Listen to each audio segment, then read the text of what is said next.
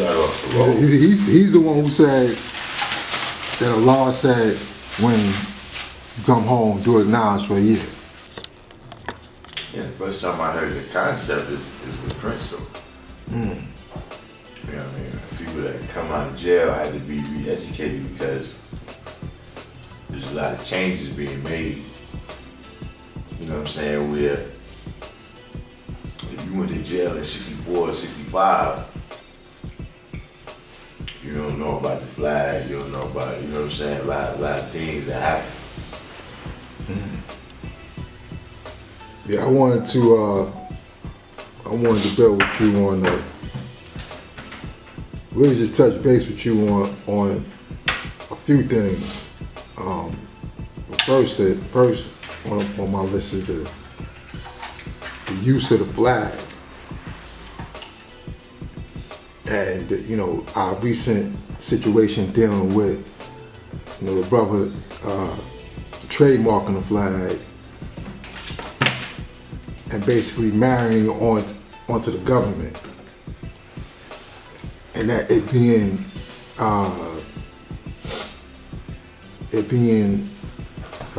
canceled and taken out of the government, the government hands. And there's a lot of us don't agree. Well, for one thing for me, it's I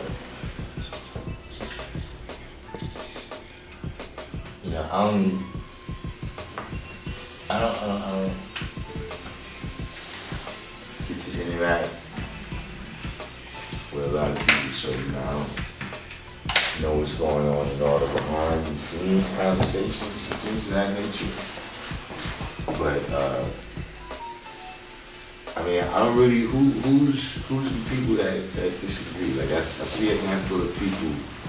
Well, on that call, you see that there was a whole bunch of people that disagreed. Nah, I can say it was about 4 or 5 people. That's what I'm saying. Like it's probably people, but they like in the comment section or something.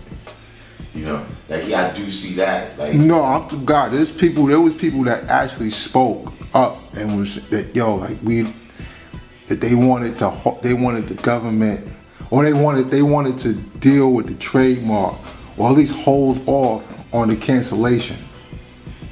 Yeah, that was like 4 or 5 people I recall. Like I'm saying, I would say of the speakers in the 2 calls that I seen, 98.99% of the people was against it.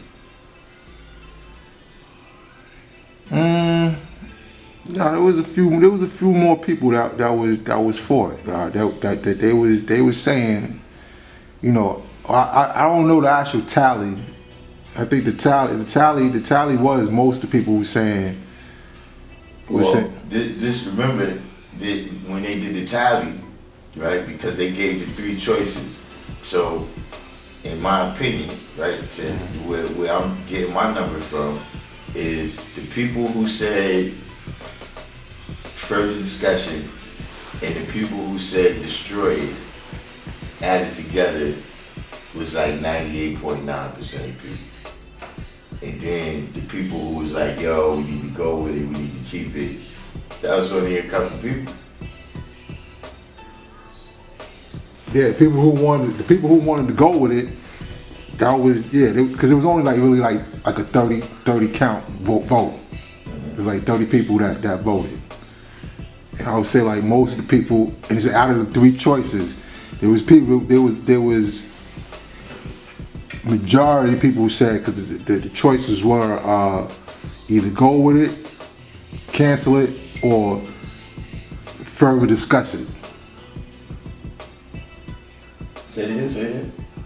So people either go with it, to go along with it, cancel it, or keep further discussing it. And I think that they was trying to say to go. Right. Now I'm saying even if you add that up to I think the vast majority of people probably would say discuss it further, right? But I'm saying out of those people, right, of the people that I spoke to, all of them was saying to crush it, but you know, and see, I'm decisive. Right, this is what I'm saying. There was a bit of indecisive. Pick a road, and then whatever is the scenery on that road, that's what it is. You see what I'm saying? But all this wishy-washy, you stay in the fork of the road forever, like the decision is going to get easier. Nah, that's not going to happen. See, like I said, it's nothing for me to figure. Whoever don't know what they need to do in this situation, really don't need to be on that call. Like, if you with it, you with it. If you're not, you're not. But to just have 100 wishy-washy people that we still here trying to convince them one way or the other, and they keep coming with, but. No, God, that's not how leadership works. You know, there were those who, like I said, thinking that it's really necessary to be in partnership with the government to, that's the only way to protect the flag. And if we didn't have the protection of the government, then we're in danger of what they've been doing all along, is, in terms of or the disrespect of the flag or the selling of the flag. And, like, I just saw something recently of a flag that said Eddie's Liquors or something like that. That was advertising liquor. And Yeah, man, we're right. yeah, that's what I'm saying. No, I'm saying at the end of the day, but bro's response was, well, there's nothing legally that we could do. But my thing is, like legally, like, if you're trying to ask the government is not going to go and teach. The government is not going to go and uphold the 5% culture. See, it's not just that. You know what I'm saying? Yeah, we can get on this part. We're gonna get on this part, man, when I go. You know what I'm saying?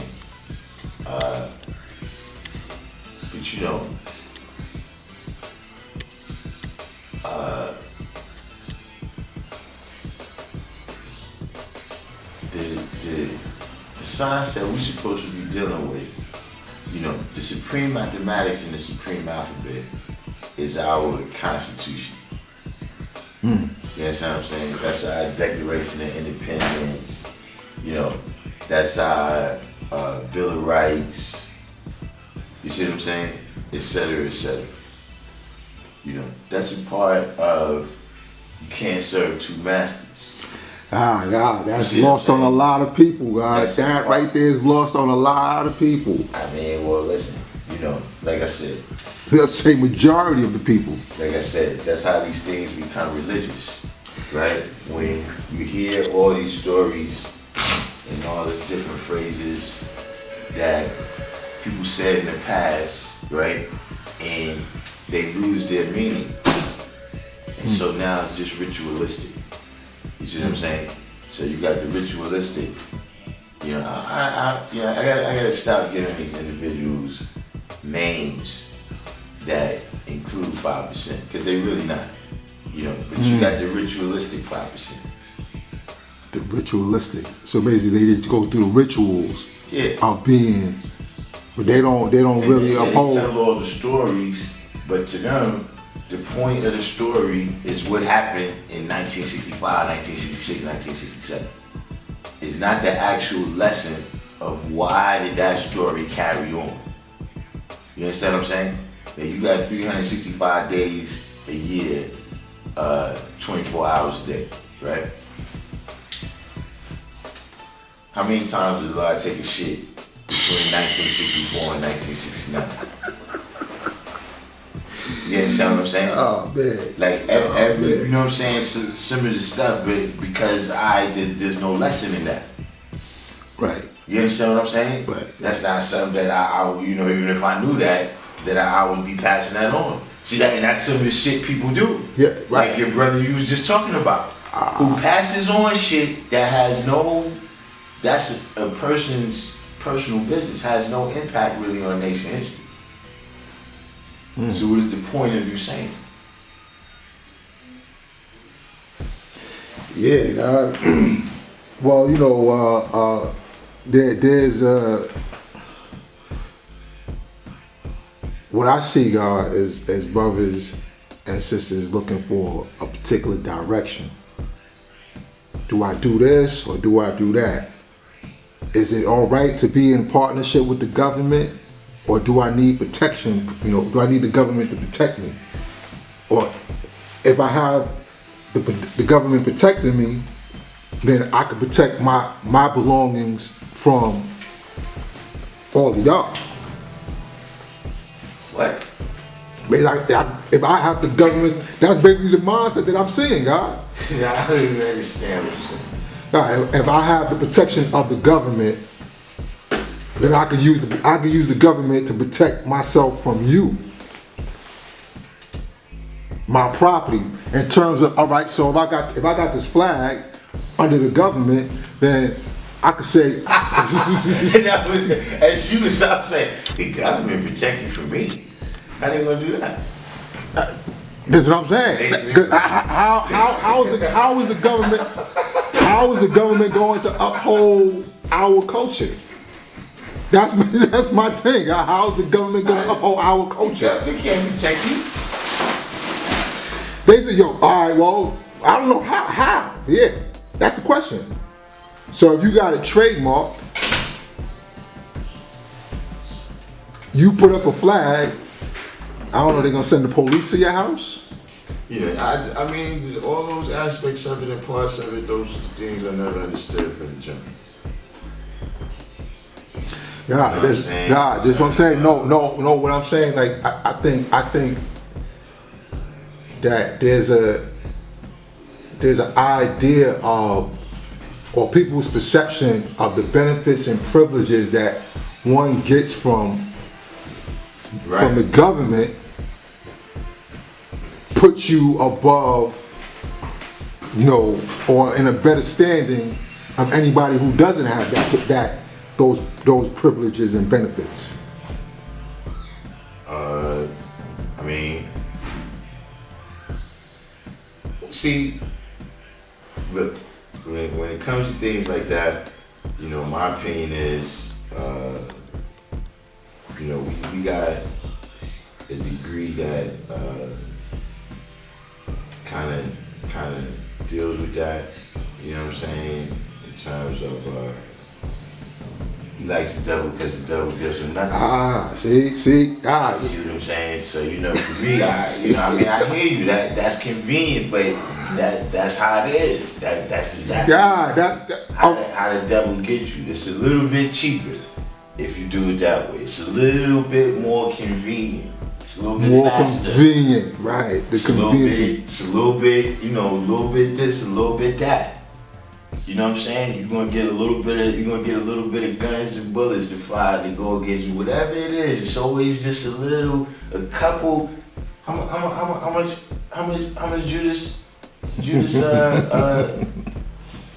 betrayed Jesus for? Oh, shit. See, just for a couple little bit, that's how they get you. See, a little bit more than you was earning in your own country. Right. Just a little bit. Right. That goes into the signs of marriage. So you get with your black woman, but in order to really solidify things, you have to put a ring on her finger and marry her under the government, just so that you get a little bit more tax incentives. Or you get a little bit, you know, you get a certain kind of recognition in society. But in reality, God, like when you deal with the signs of marriage, that's a contract with the government. It basically makes you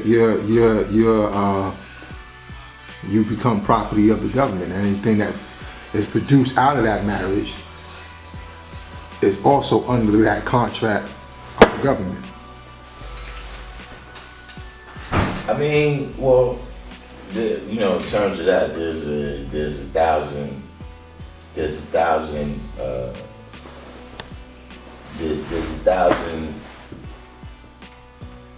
issues with it, historically, What, in terms of marriage? yeah, you know what I mean, but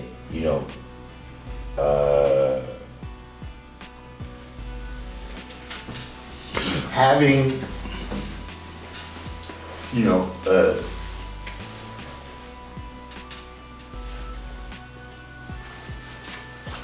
an event, right? Let's try to use good terminology here. Having an event to mark, what I'm saying, the joining of these two people, families, whatever it is. There's nothing wrong with that. You see what I'm saying? See, with everything that was said, don't do it under the government, right? That didn't mean don't do it under our signs. Right. You understand what I'm saying? The point is, now, I mean, see, you don't see it at first. But see, as soon as it's a problem, that's when you see that now the government is really administering this. You understand what I'm saying? Like if y'all have a scene together, the government is administering this. Like if she could go tell the government on you, somehow the government is her. You understand what I'm saying? That's the size of what's that word? That word husbandry? So Yeah. And see, that's what I'm saying. A lot of times going into marriage, that's what that. See, a woman. A lot of times, a woman say, "Yeah, are you gonna give me security?" You see what I'm saying? Like, what's my security? Like, you're not marrying me, but the security? Here's the thing: is that in America, capitalism has commodified everything. Like everything has a monetary value. You know what I'm saying? And that just fucks shit up, in my opinion. That's one of the problems that I have with the trademark. You know what I'm saying? For you to say that, okay, it's a business thing and we're gonna license people to use it, right? So now you're saying the universal flag is worth X amount of dollars. And that's a slippery slope. I'm not going on there with you. Yeah, a lot of people want to know what happened with the flag. I guess a lot of people don't know what happened with the call and everything. But Saladin did put in the application to cancel it. Right. Now, I don't know when the thing is supposed to come back, but it's supposed to be in motion to be canceled.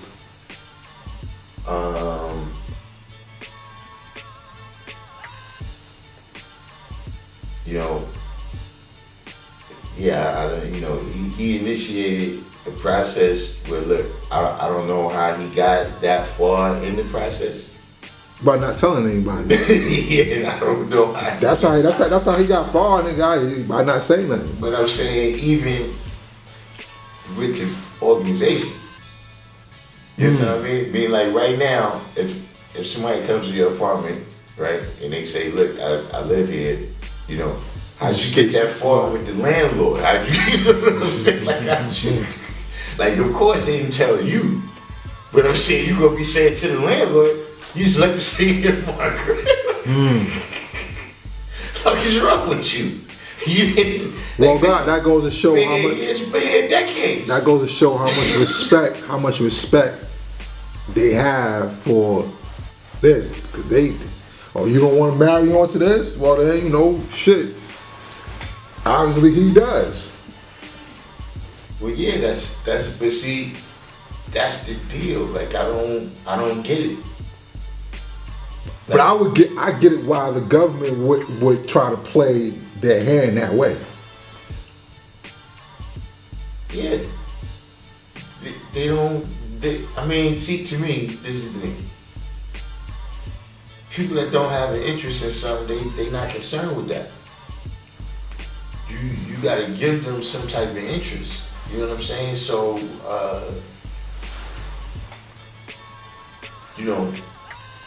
say that to say that, in our affairs, right, we gotta handle them ourselves. You see what I'm saying? Because other people don't have, like, you expecting the people in Bucharest to be concerned with this?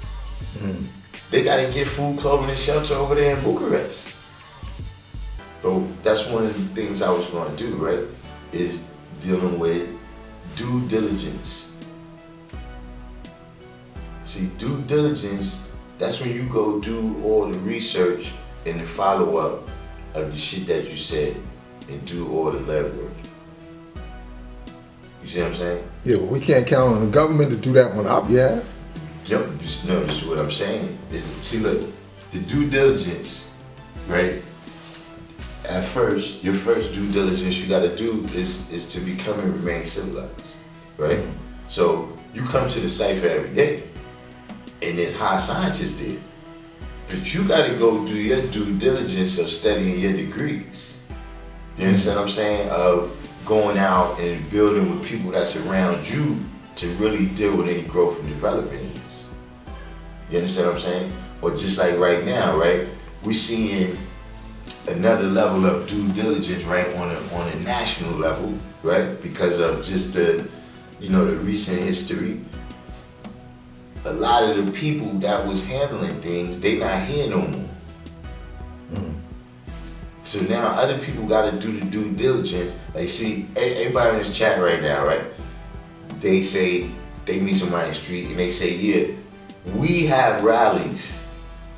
The last Sunday they went over there, but you ain't got nothing to do with it. You didn't even put $1 in the whistling. And I'm not blaming nobody for that. I'm just saying that when we look at the reality, you know what I'm saying? When we learn how to do that, you know what I'm saying? There was things that we didn't have to worry about over the years. Mm-hmm. What was going to go on with the show and prove how it was going to be there, the tables that was there. None of that was, you didn't have to think about it because our brother was handling it. But see, now you got to do the actual due diligence, right, of being a nation. Mm.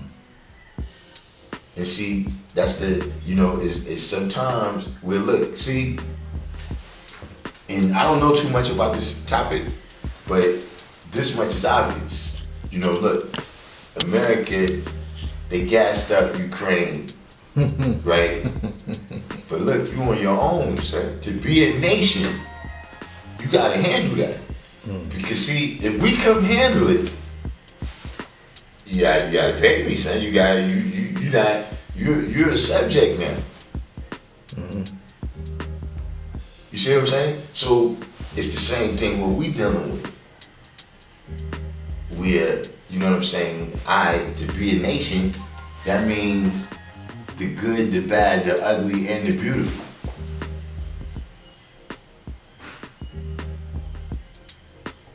You see what I'm saying? Do you really, if you just... But I think the whole thing with the flag is almost putting the responsibility, or the trademark of the flag is putting the responsibility of the government to do that due diligence that you're talking about. Yeah. Listen. So that's almost like brothers have the mindset that that's a weapon to use. That's clear to me. You know what I'm saying? That, history is having a certain kind of impact on how people draw it up. You know what I'm saying? Like you said, when I was on the call, I noticed the common denominator between all of the people who was for it. Especially the people that was, like, look, we need to keep this one, that was it appeared to be, what I thought was a common thread amongst them. That you need to keep the trademark, basically. Yeah, but they had a characteristic that made them I ain't gonna say it made them see, but I just, you know, it was a coinky to me. It was something that I acknowledge. You know what I'm saying? That all of those was people that, you know, they had a large chunk of their lives that they lived out in that world. You know what I'm saying? Like in that world we had, you know, those. You mean like corporate America? Yeah. See, like on my driver's license, right? It's my honorable name. That's in that world. You understand what I'm saying? Now, for me, right? This was my teaching, right? This was, you know, look, when you came in here and you said certain shit, especially the Duma or Prince, they'll tell you quick, look, man, that's that city science. Go back outside the door and build that on it. Build on that I did. Like, that's good. We didn't tell you not to know that, right? But you gotta know about mixing those worlds. You see what I'm saying? Same way you got the Asiatic world, and you got the Catholic world that's spoken about in that degree. And you really can't mix everything like that. There's things that, you know what I'm saying, you can apply in both places, but there's other things that you can't, and you gotta know what's what. So, you know, that was a part of, you know what I'm saying, a large teachings. You know what I'm saying? That we prepare ourselves to be successful in that world. That was about survival. You see? You mean the Caucasian world? Yeah. To go get a job, you know what I'm saying, to, you know, do things, you know, like how we say, get a legal beagle.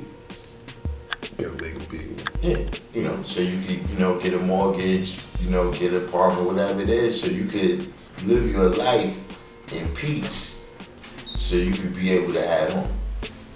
You see what I mean? But that didn't mean for you to mix.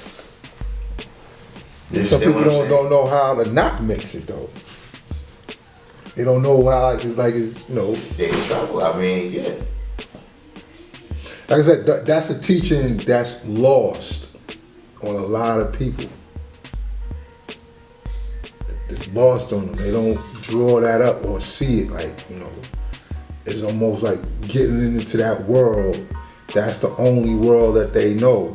So when they come into this world, it's like this world is really alien to them. I mean, I don't see what you know, look, in the you know, to you know, spark up the memory of one of our great brothers.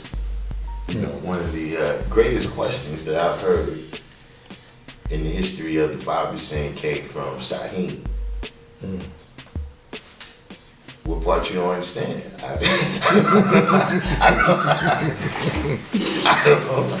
You know, I understand perfectly, so I can't really step into the shoes of somebody who don't understand.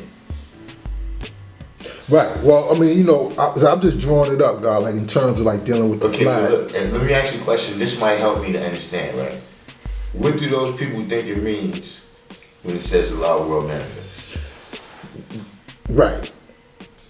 See, I get it, God. See, a law world manifest, that's the world that's seen through the eyes of Allah.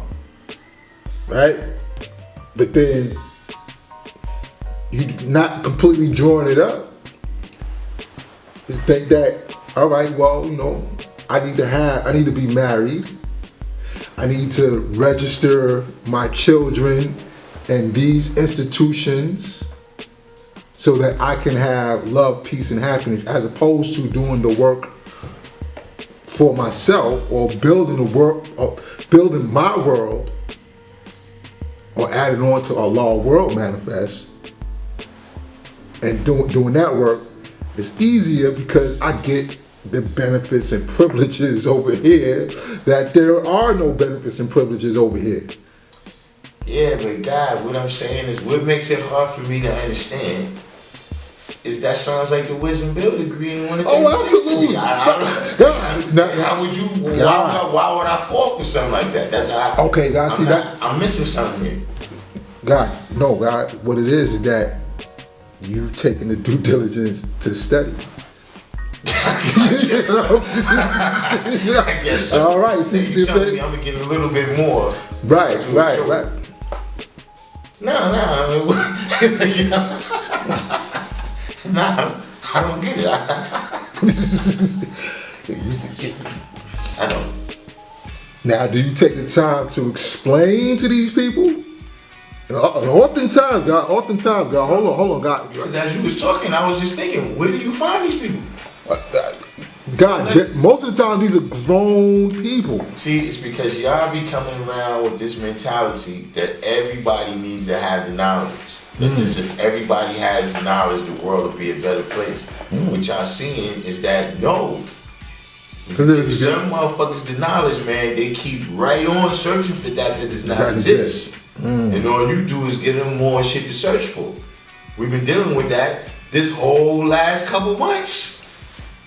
Yeah, we've been dealing with that. Not giving people the wrong people the knowledge. Yeah, we've been dealing with that this whole time that the knowledge has been on the scene. Now, see, when I was getting knowledge, you had to say why you wanted the knowledge. Yeah, no. But there were individuals that came through the cracks. That when you look at them years, months, and days later, you like, what the fuck? Stop. They didn't last years, months, and days. God, hold on, God. Bullshit artists. They didn't last years, months, and days. Hold on, God. Now, I built with Ramel Supreme. He said that there was a brother who he known for years, months, and days. And a good brother he got history with, something detrimental happened. He looked to the sky and asked God, why is this happening to me? Like this one incident, man, you know, it hurt me so bad, G brought tears in my eyes. I had to leave the room, man. My brother received some very, very, very sad news. You know what I mean? It was catastrophic, you know, the news that he received. And I done built with this brother, I done been through wars with this brother, all type of stuff. I've known him for 40 years. And upon getting this catastrophic news, he slowly dropped to his knees, spread his hands to the side like this, looked up at the sky and said, "Oh God, please help me."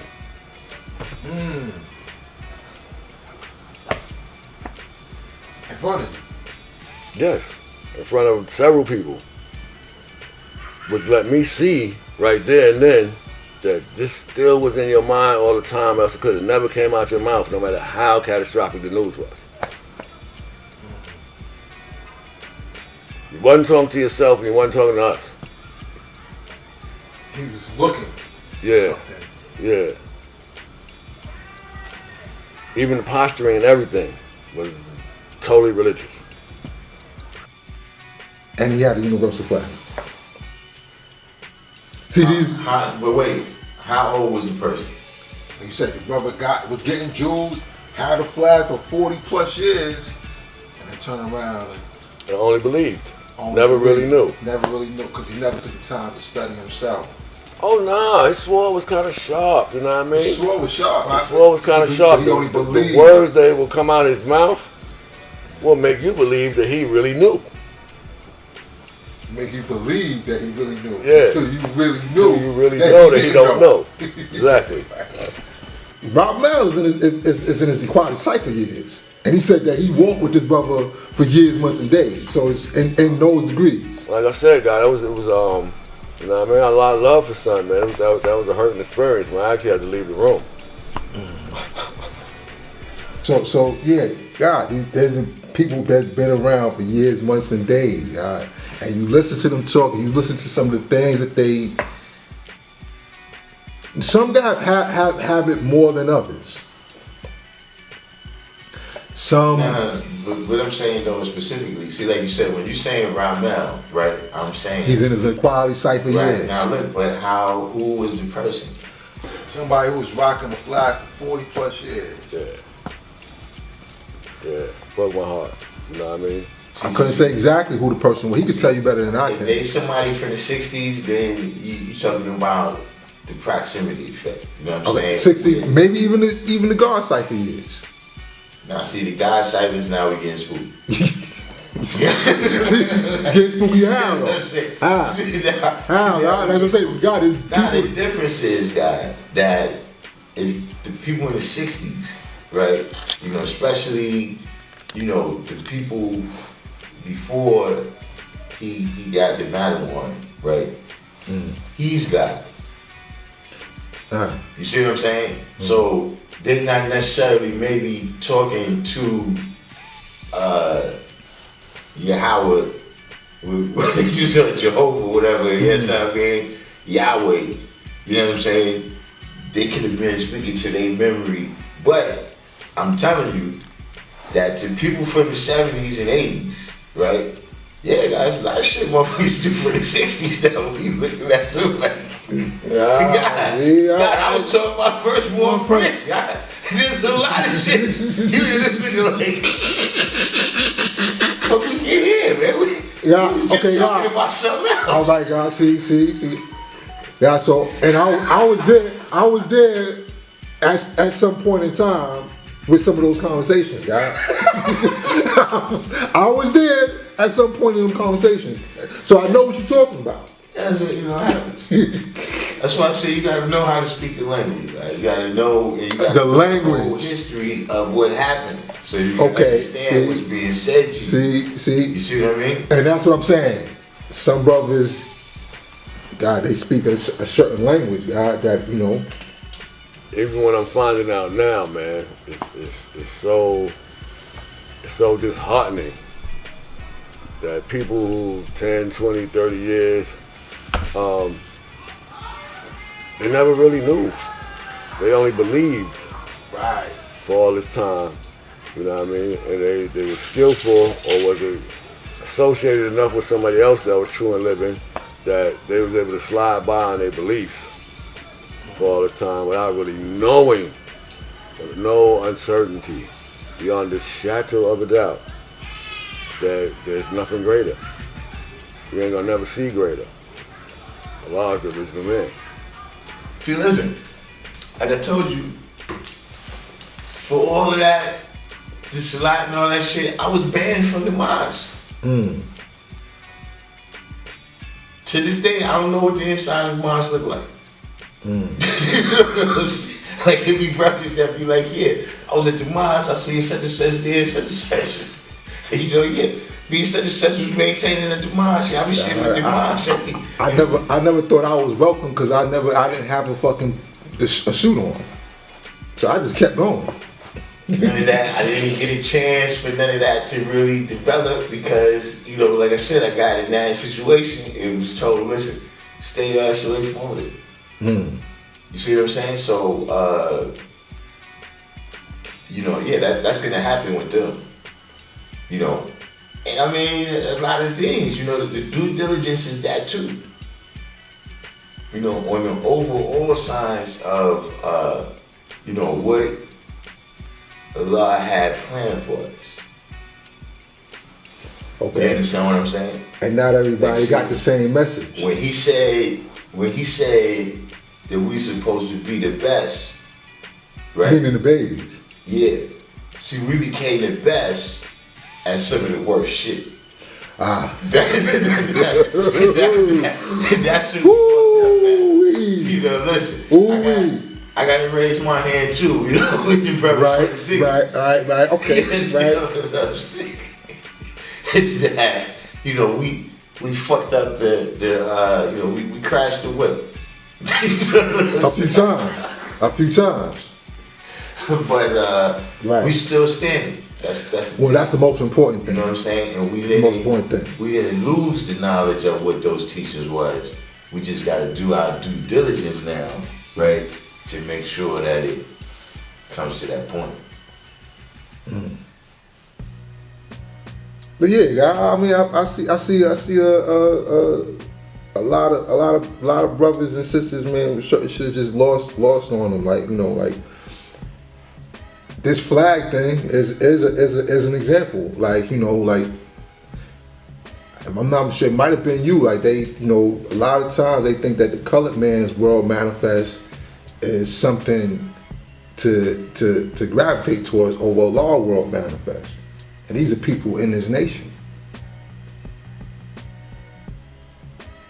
Like, you know, getting in, you know, like, and it's not to say that we anti-government or anything, but to get into a partnership on that level with them, with something of that magnitude. Same thing. The same thing with getting married under the government. See, It's the same shit. there's a difference between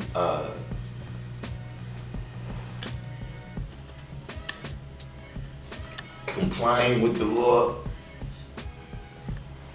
and adopting the law. It's like if I'm in your land, right? We're a nation in a nation. The nation I'm in within your the- house, so see, I respect your rules. You know what I'm saying? You know, It don't mean I'm gonna be eating your ham sandwich. that's what I'm saying. You see what I mean? I'm not going, you know, throw all your ham in the garbage, you know what I'm saying? I don't do that. You know, you don't just knock on the neighbor's door, barge in, you know what I'm saying, and start emptying out their fridge. You understand what I'm saying? Like if you in a house but now like how you said, that's a good example, right? You in a house and they start making chitlins. I'm out. See, you hit it on the head right there. See, I'm out. Your option then is to be out. But see, See what I'm saying? no, I'm just observing the mindset. All of these things is dealing with why the poor is not supposed to be. We're supposed to take the poor out. It's not necessarily talking about each individual having millions of dollars. Right. It's saying that as a nation, right, we're supposed to have the resources To get out the house. do. You got to have the resources to get out the house. Yeah. Because some people, cause that's what I'm saying. I'm looking at the mindset. Some brothers don't have the option.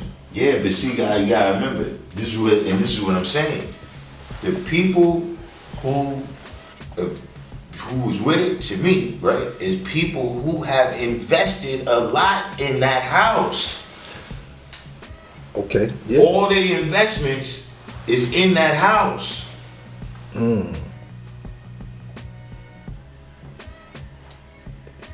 And don't have no real, well, what kind of investment, you have to look at what kind of investment do they have in a law world manifest.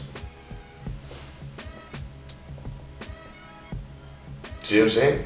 All their time, all their energy, you know, all their accomplishments, all their credentials is in that world.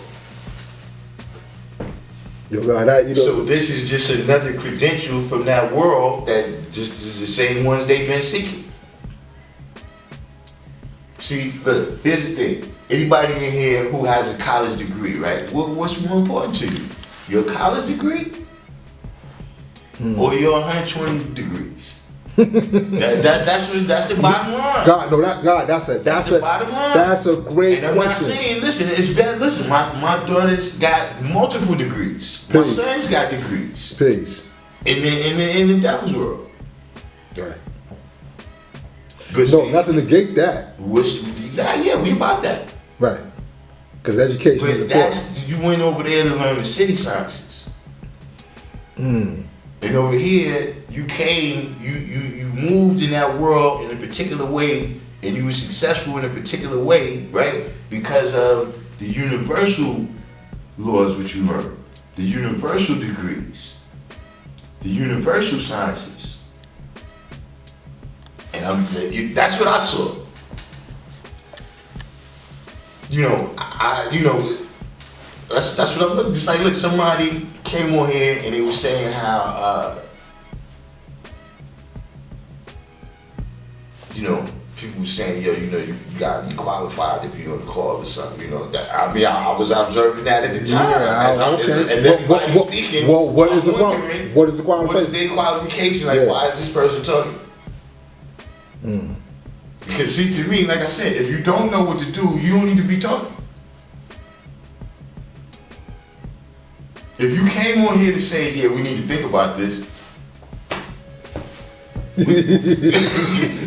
we're grown people with shit to do. We didn't need you to tell us we need to think about this. No, hold on, don't cancel it yet, because they unsure of holding on to it without the protection of the government. Look, That's if you don't know what to do, go home. See, no, but what is home? What is home though? See, that's your house. Get the fuck out of here. No, God. When I back in the days, it was everything. God, I remember my rites of passages, God. Yes, what I mean. Through over time, when I qualified myself for certain shit, God. Used to be certain times we come down here in the nighttime. You know, boom. We say right now we maintain it, right? A certain time passed. Yeah, hey, peace, God. We'll see you tomorrow. We get whatever's getting ready to happen in here. Peace, God. We'll see you tomorrow.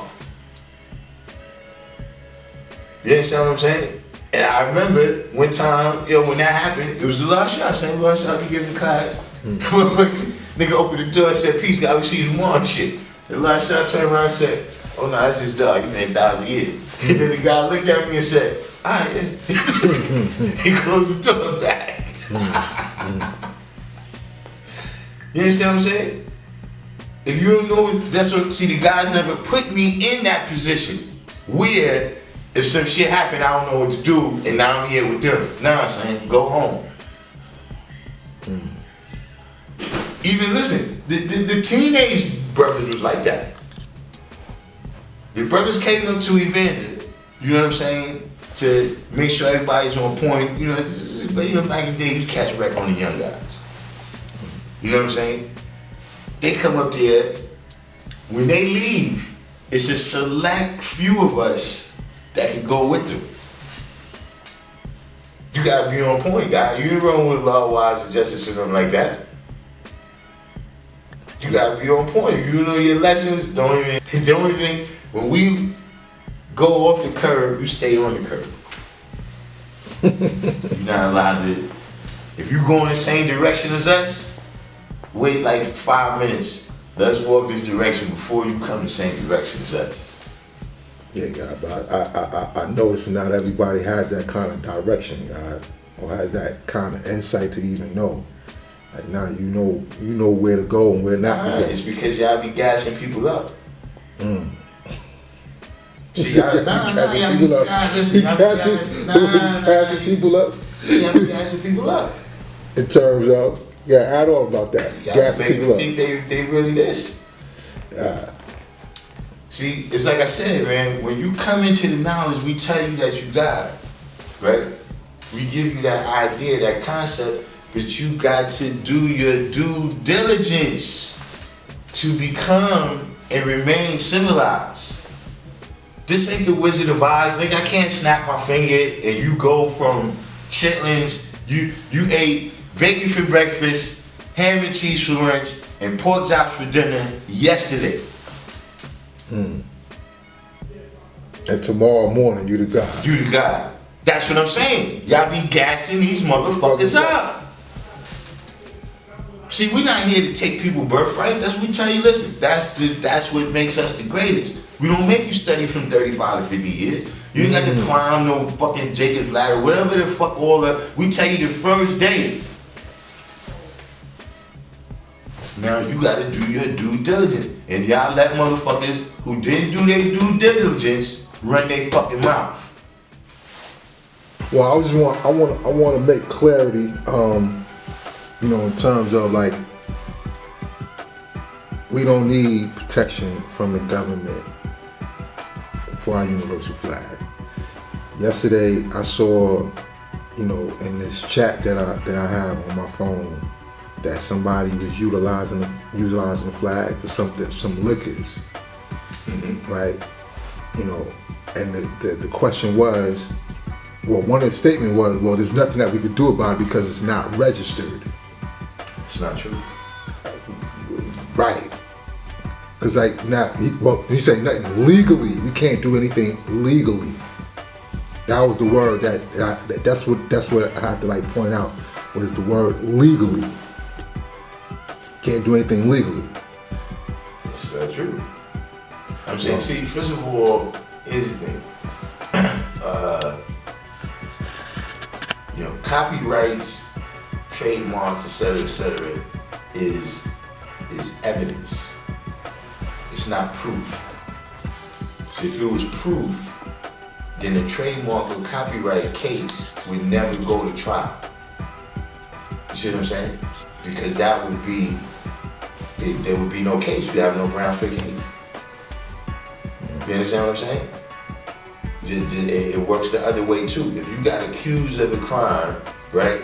But let's say I got video evidence. You know what I'm saying? You got the tags and everything, the time, the place and everything is here. I'm here on YouTube. You know, the timestamps is on here. The place is behind me. You know what I'm saying? That's proof that I wasn't there. You see what I'm saying? Now, if I just came and said, yo, I was there, okay, now you gotta come to court and show me some evidence. And if you got enough evidence to prove, that would be a civil case, to prove in a preponderance of the evidence that what you were saying is likely true, right? Then you win. Well, in that case, we're not trying to take it to court, at least not immediately like that. I ain't trying to take nobody to court. That's what I'm saying. Like you like go to court, like, go bail. Yeah, see, Build your way through that. See, look, this is what I'm saying about the difference. Is that me? I just don't like the courthouse. Like right now, I'm about to go home and burn some incense, right? Cause I had to go to the fucking precinct to find some shit out about, you know what I'm saying? To try to look, we trying to make big moves out here. We trying to get the permit. So we had the street blocked off so we could have some events out here, you know what I mean? Block parties with the kids and all that, you know? And like I said, on some shit where, look, usually Umar would come back and be like, yeah, y'all just came from over there, and he'd fill me in on what happened.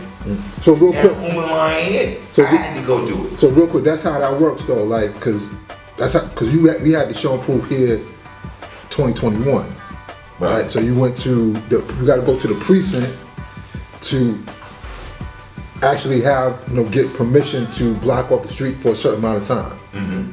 Okay, I just want to be clear. You don't go to no like city hall and that. I don't know yet. God, I've never. This is what I'm saying. Oh, so but you didn't do it. You didn't do it in 2021. My history guy has not been dealing with them. Oh, so you didn't go to in 2021. You didn't deal with that in 2021. Yeah, I was. Well, we just did it. I just did it. Oh, yeah, we okay. did that.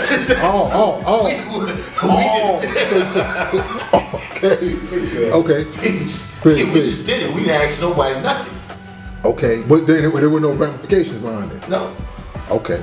You see what I mean? But see, you trying to do it in a better way. Listen, in this way, right? I'm doing it the way Allah told us to do it. Okay, right. Go do it the right way, son. Just go tell them what we teach, man, and tell them what we about, and then you ain't gonna have no problems. I didn't prepare the way. I didn't let them know. You understand what I'm saying? But you got to be teaching. You got to be doing what I told them you was gonna be doing. Whether it's the school, whether it's the God, whatever it is. See, that's why I say I ain't got to think about it, God, because that's what was told to me. I'm saying. Literally, that's not what I figured out from what people were saying. That was my thing that I looked at. I was like, see, I know that there's people they're gonna be afraid. You know what I'm saying? People are gonna be afraid to like not have the protection of the government. Yeah. Yeah. Like once he says, like you said, see,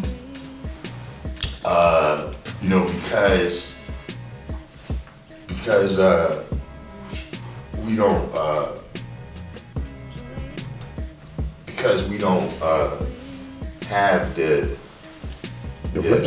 trademark. Yeah, and now you said boom, all of these things come up now all of a sudden. So now it's like, yeah, see, this is what we're talking about. I told you.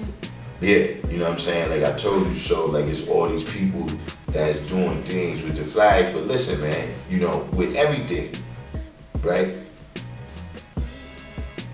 You know, if it's, let's look at law enforcement.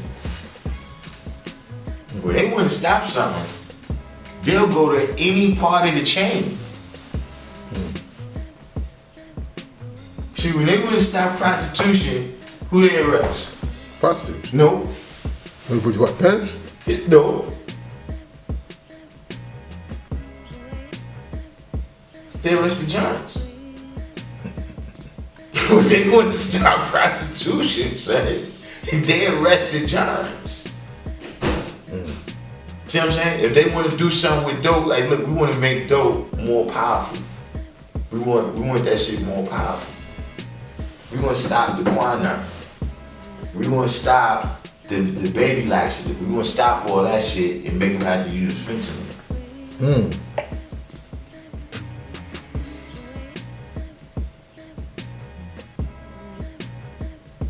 At any point in the chain, they can you can press the button anywhere. So let me put my I wish I had a turban right now. You know, I used to like Arafat. Arafat was my man. Just the way he was with the kind of people. I used to like Arafat. Let me put my Arafat hat on. I'm issuing a fatwa. Is that what they call it? I'm issuing a fatwa. If you catch anybody with this shit on that they bought off of motherfucking Amazon, etc., fire up the barbecue on their ass.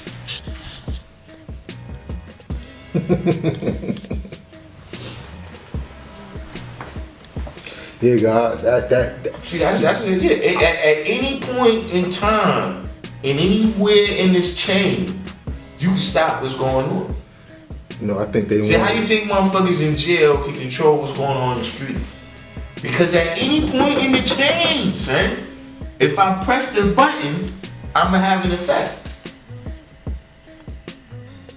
Yeah, I think to flex that muscle is like, you know, that's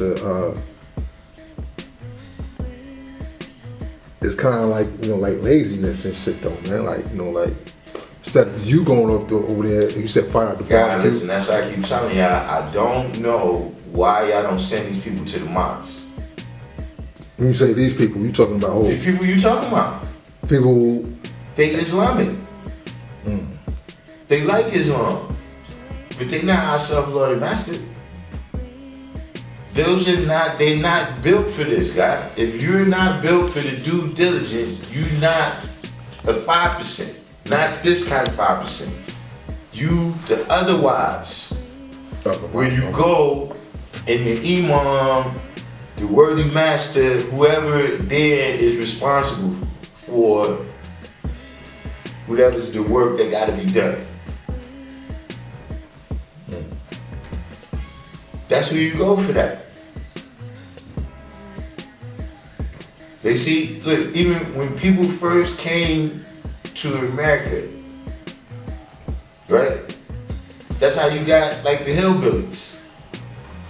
The hillbillies was people, a lot of them, if you notice, they descend from Irish people.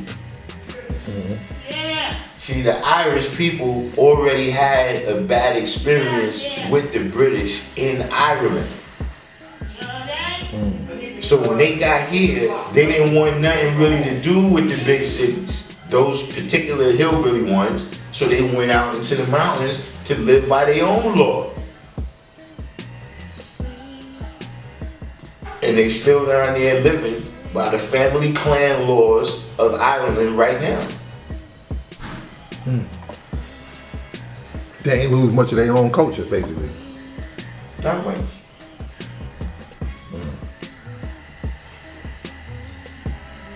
So, you know, for me, like I said, I don't like the courthouse. Just to say that, yo, you know, I'm creating a situation where I gotta meet you at the courthouse. Nah. Listen.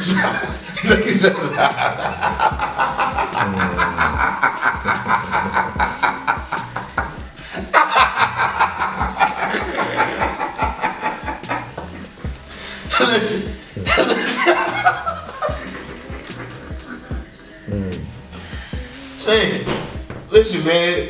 The army and the courthouse is no place for the black man. That's all it takes. But it's brothers that's good at that. But leave that to Thurgood Marshall in them.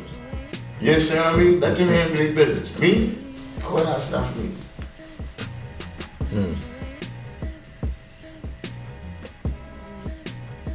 Now, there's some that's gonna argue with you that we need to be proficient in that. Yeah. See, that's not for me. Not everybody. See, for the people who look, that's when they went and did their due diligence at in law school. Well, that's what we got on the call where brothers was saying to deal with the law and to, you know, and to get a treasure chest and all that. There was several legal professionals on the call, right? Depending on their history, is depending on whether they was with that or not, G. That's what I saw, man. You know, I can think of 3 off the top of my head.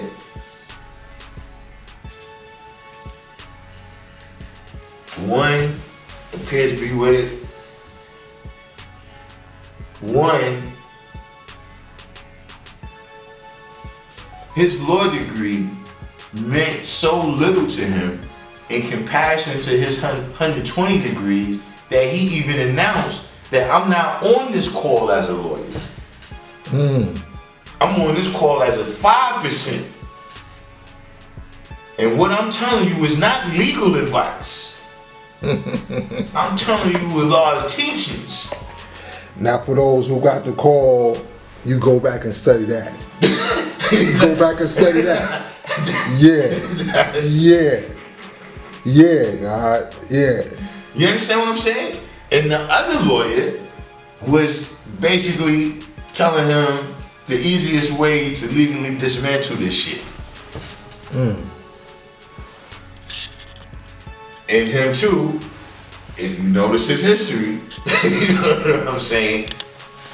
The 120 lessons is more important than his 120 degrees is more important than his law degree.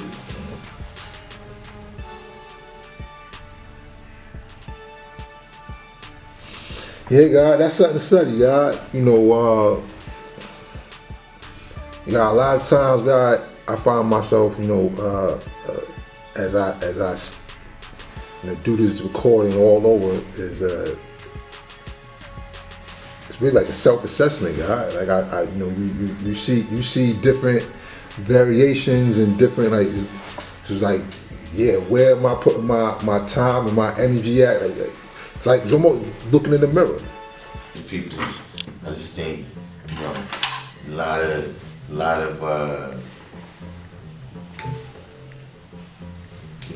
things was relaxed.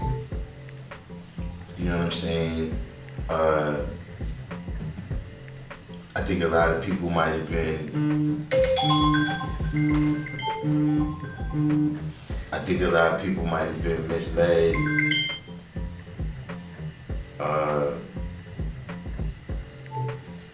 In terms of what, this really is, what it's really about. You know what I'm saying? Maybe,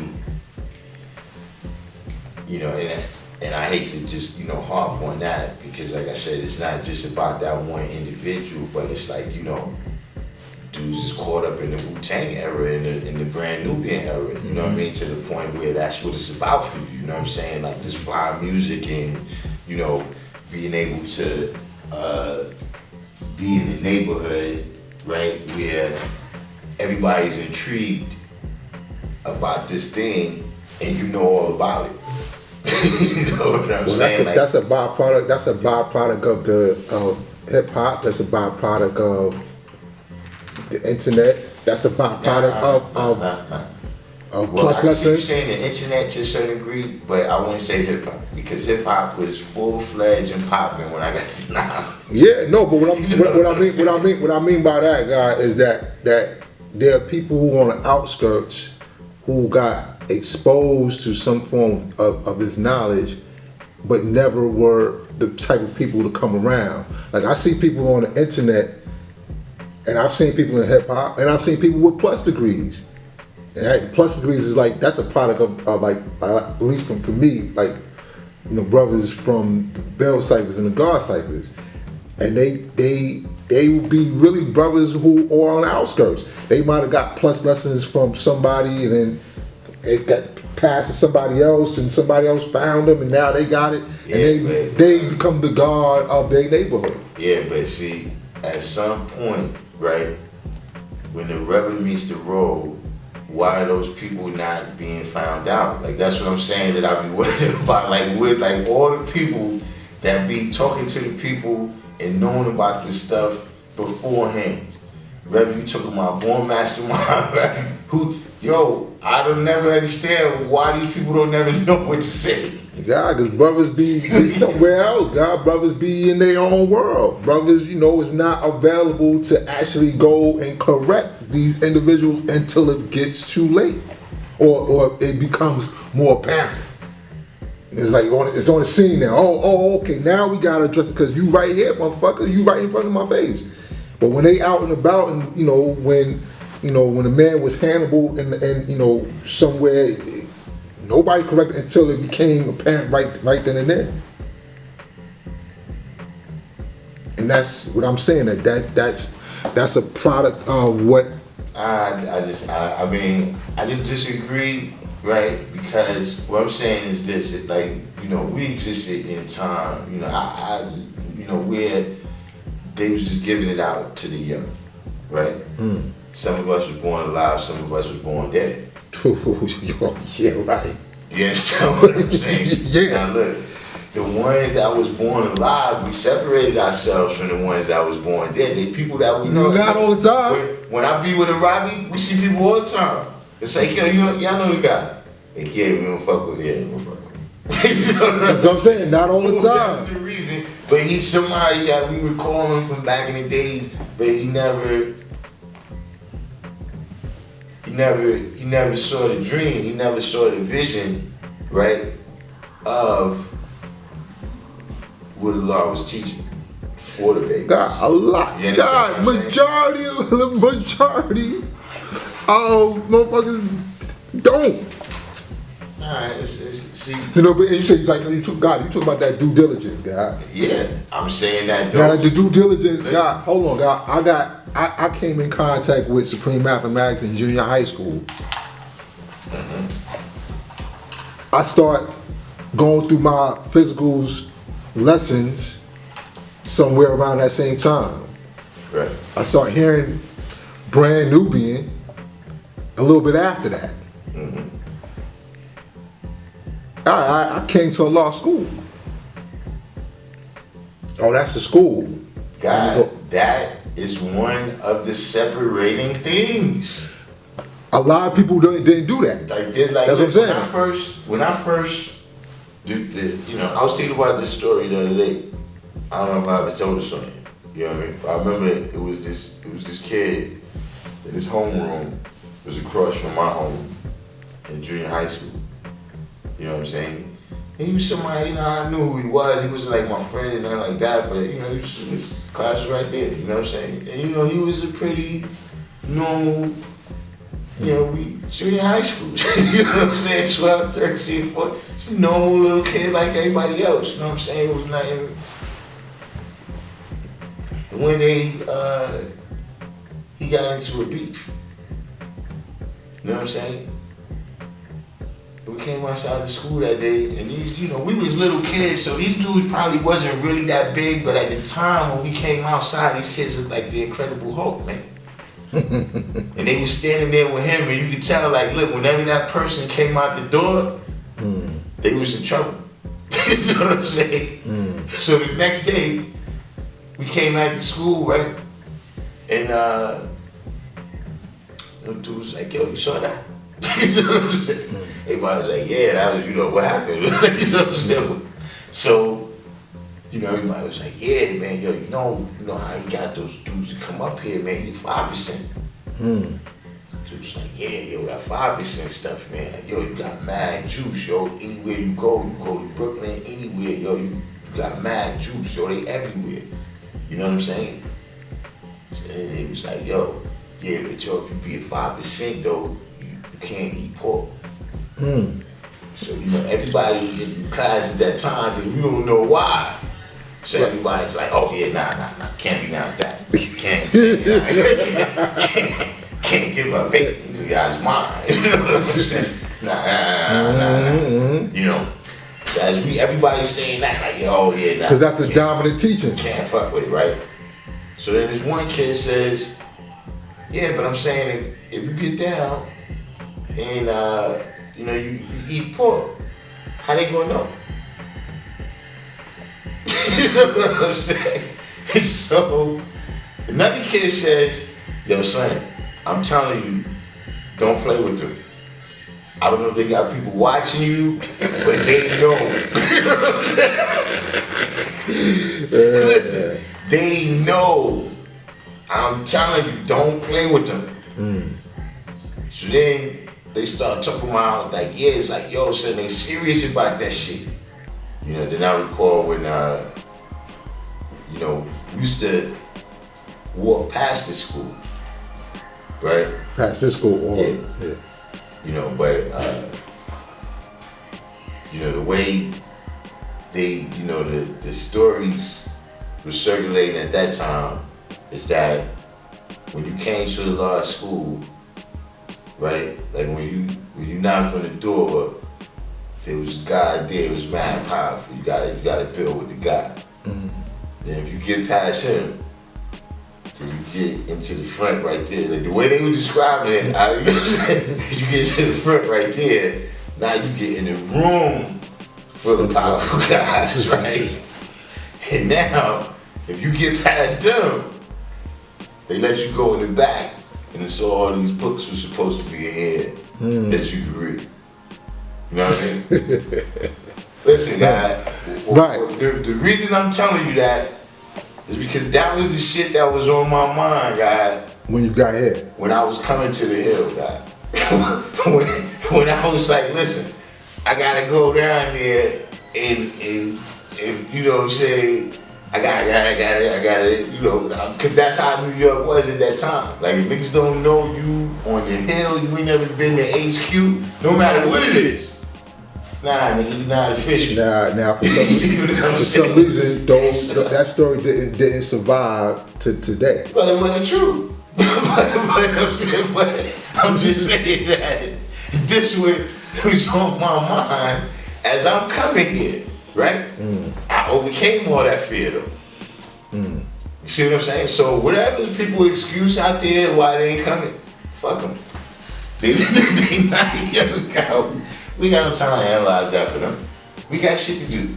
And the people that's not ready yet, send them to the mosque. That's how you get ready.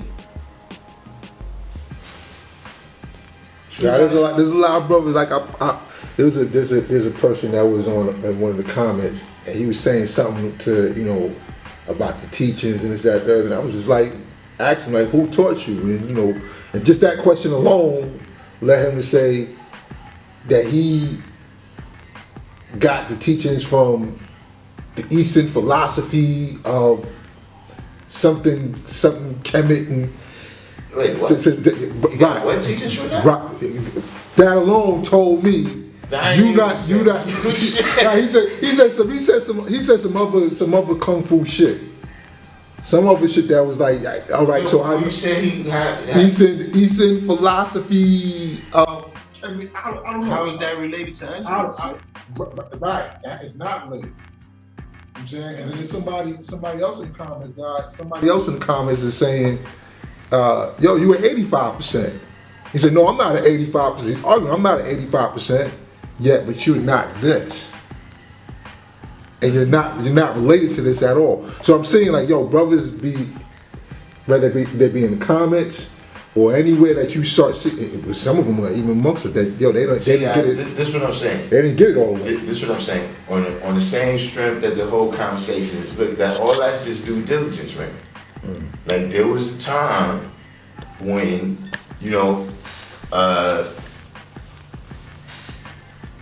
somebody might just come on the block, right? Yo, I was over here, we was over here by whatever area, whatever block, right? And we was building on this topic, and brother said this. What? Come on, let's go over it. Like, if there was something that was like that, that's what I'm saying. Like, how do these people exist? Like, you see what happens when I find out about them? They gotta go.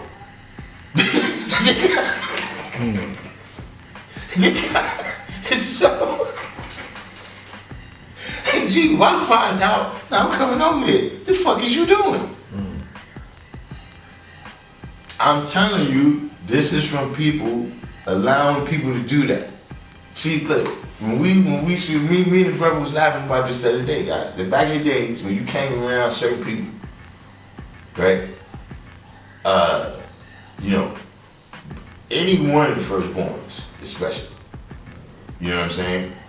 But it'd be like every blue moon. I'm sure this happened. You never came around Prince, right? And you brought somebody with you. Right? And then as soon as y'all walked in, your Prince was like to whoever the dude you brought, yeah, peace, where you from? Then when y'all was talking, you know your lessons. You sure you know your lessons? Listen. Alright. Yo, black man, how you see this?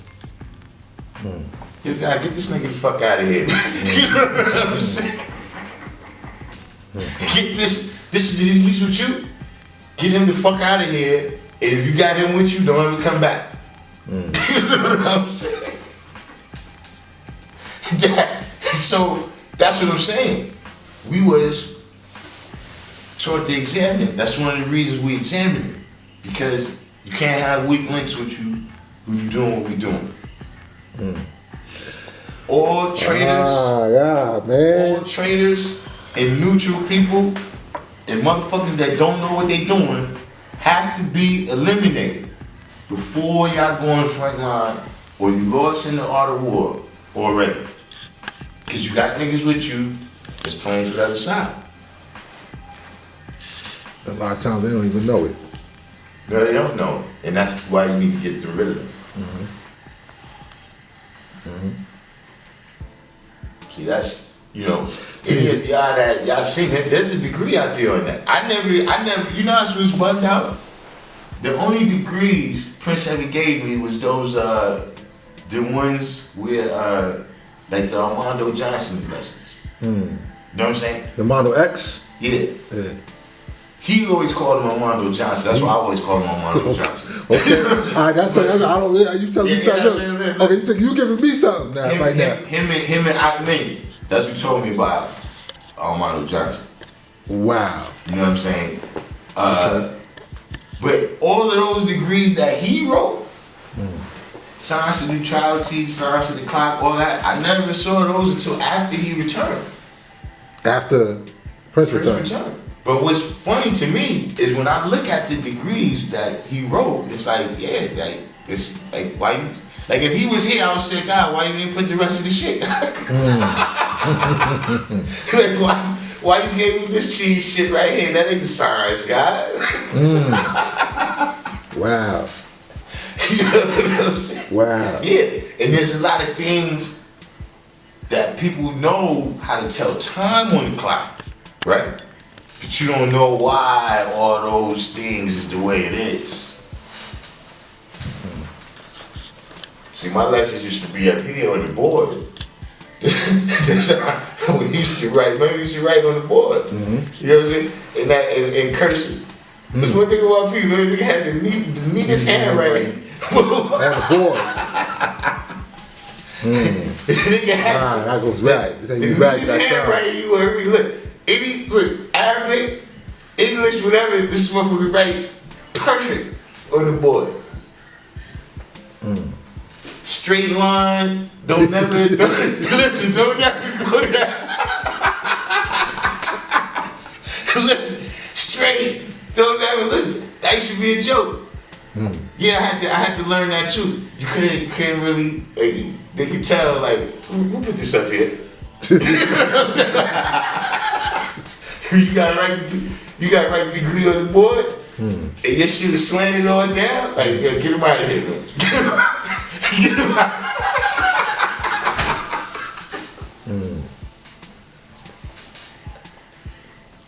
Yeah, them You know what I'm saying? some time, But bro. God. this is what I'm telling you. People need to stop letting people come around. I'm just telling you. That, What God? You know what, God? The point is going to be, right, when people stop misunderstanding what it means when it says that we don't qualify, disqualify people. God. See, hold on, That God. don't mean that you don't qualify or disqualify. Like, look, when you go to get a license, it's not the people that don't have the ID you need. It's you that don't have the ID that you need. You understand what I'm saying? This is just the standard. You're not qualified. Yeah, You're right. This is qualified. just the standard of what it is. So like I said, those people who come to the school, who go walk with people who have the knowledge, they're separating themselves from the other people. You see what I'm saying? And for whatever reason, y'all letting them on, y'all like them. Y'all like them. They nice guys, they are. You know what I'm saying? A lot of these people, they're really nice guys. Is that something within this particular tree guy that we seem to be, you know, kind of like cranky motherfuckers?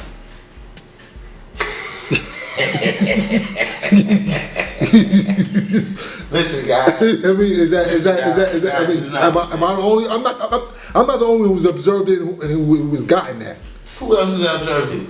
God, it's been a couple of God. I think that's the thing about our tree, God. No. Stop it, guys. Yeah, of course. Yeah, If it wasn't for us, guys, listen, we one of the pillars of the nation. Okay, God. If it wasn't for us, son, this table would be shaky. There wouldn't be a lot of motherfuckers here. All around New York City and the world. From 1964 to the present, we put in work. This particular tree. This particular tree, say we got a lot of, listen, we got a lot of branches, saying that's full of leaves. We drop seeds or every time the wind blows, God. But we ain't gonna let you. We ain't gonna That's what I'm saying. Shit, guys. You gonna examine, son. You gonna have to show and prove. But once you show and prove, son, the world is yours. Yeah, God. See, God, you gotta look. See, first of all, look what happened, God. Right? Look what happened to the first two members of our tree, God. Right here, within blocks of this building, both of them. So yeah, God, we don't play with niggas. God, come around us, man. We don't know who the fuck you up. Yeah. See what I'm saying? Because with both people, there's a big question about whether it was one of us.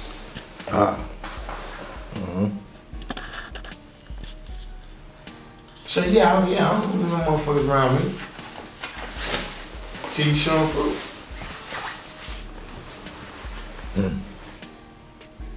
That's why I said that if you, from the Wu-Tang era, you understand what I'm saying? Where these things didn't happen in real time. You know what I'm saying? To you and around you, then yeah, that's how you might be thinking. But I'm from the 2122 7th Avenue era. Before, when I first, it was 2122 7th Avenue. Was the Adam Clay Power?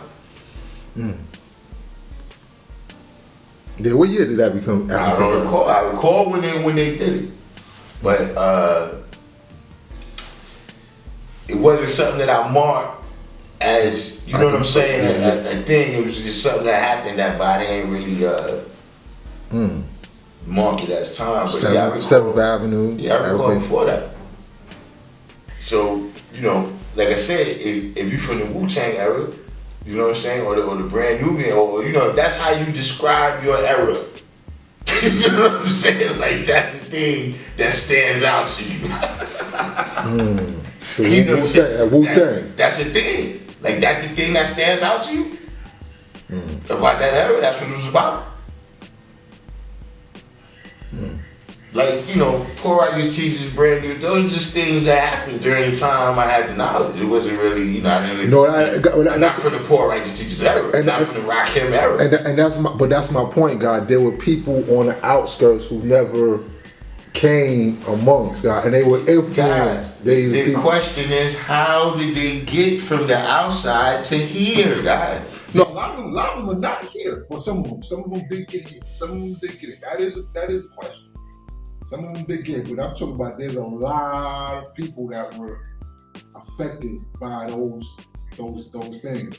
But it wasn't the music that was first. It wasn't the internet. It was the plus degrees, God. As from what I could see it was the plus degrees that you had brothers that had them, and then they got copies of copies of copies, and they got passed around, and you know now they know something, and they started mixing it with Encyclopedia Britannica and all types of other shit, and then you got a whole bunch of weird scientists. See, guys, listen. I watched the Black Panthers. They had a show about how I got founded. You know what I'm saying? And you know, they was talking about, you know, the first steps that they took, and then they was saying about how it expanded was that you know, there was something that they was protesting, and they needed to go to the capital of California, and they was outside the state building or whatever, the state house, the capitol, and Ronald Reagan was the governor at that time of California, right? And he gets out and he sees these black people with guns and shit, right? And so him and his detail, they start hightailing it this way, and the Panthers start chasing them. Oh shit! You know, but they coming to talk with these niggas with guns, so they running, and I guess because Reagan is there or whatever, the cameras is out there. You know what I'm saying? So then it started cutting to around the country. You know what I'm saying? Where dudes was in New York, like, yo, we saw that shit on the news, like, we gotta get down. Oh shit! You know what I'm saying? Yeah, it was dudes Chicago, everywhere around the country. Right. Was like, yo, we saw that shit. We was like, yo, we gotta get down with that. We going over there right now. You know what I'm saying? And then they cut back to the dudes from the founders from Oakland. They was like, yeah, that's where shit got fucked up at. Where shit got fucked up. Because when they came, it was so many people, we didn't have time to examine. We just started giving people the program and sending them back to where they was. And out of that came the Crips, the Bloods. Not necessarily that, but not at that time, but later on. The divisions, out of that came the divisions in the Panthers. Yeah. You know, a lot of the other things where, you know, you bringing dudes in that, you know, they really just want to stick up drug dealers. You know what I'm saying? Like, yeah, they say this for the cause and all of that, and they do give some money to it, but really, they just get thrown sticking up drug dealers. You understand what I mean? And then when stuff like that, like, you know, the robbing of banks and things of that nature, when that starts to supersede, you know, like, at first you just robbed that bank so y'all can get the money to do the breakfast program. But now you just robbed the bank and y'all didn't have no, you know what I'm saying?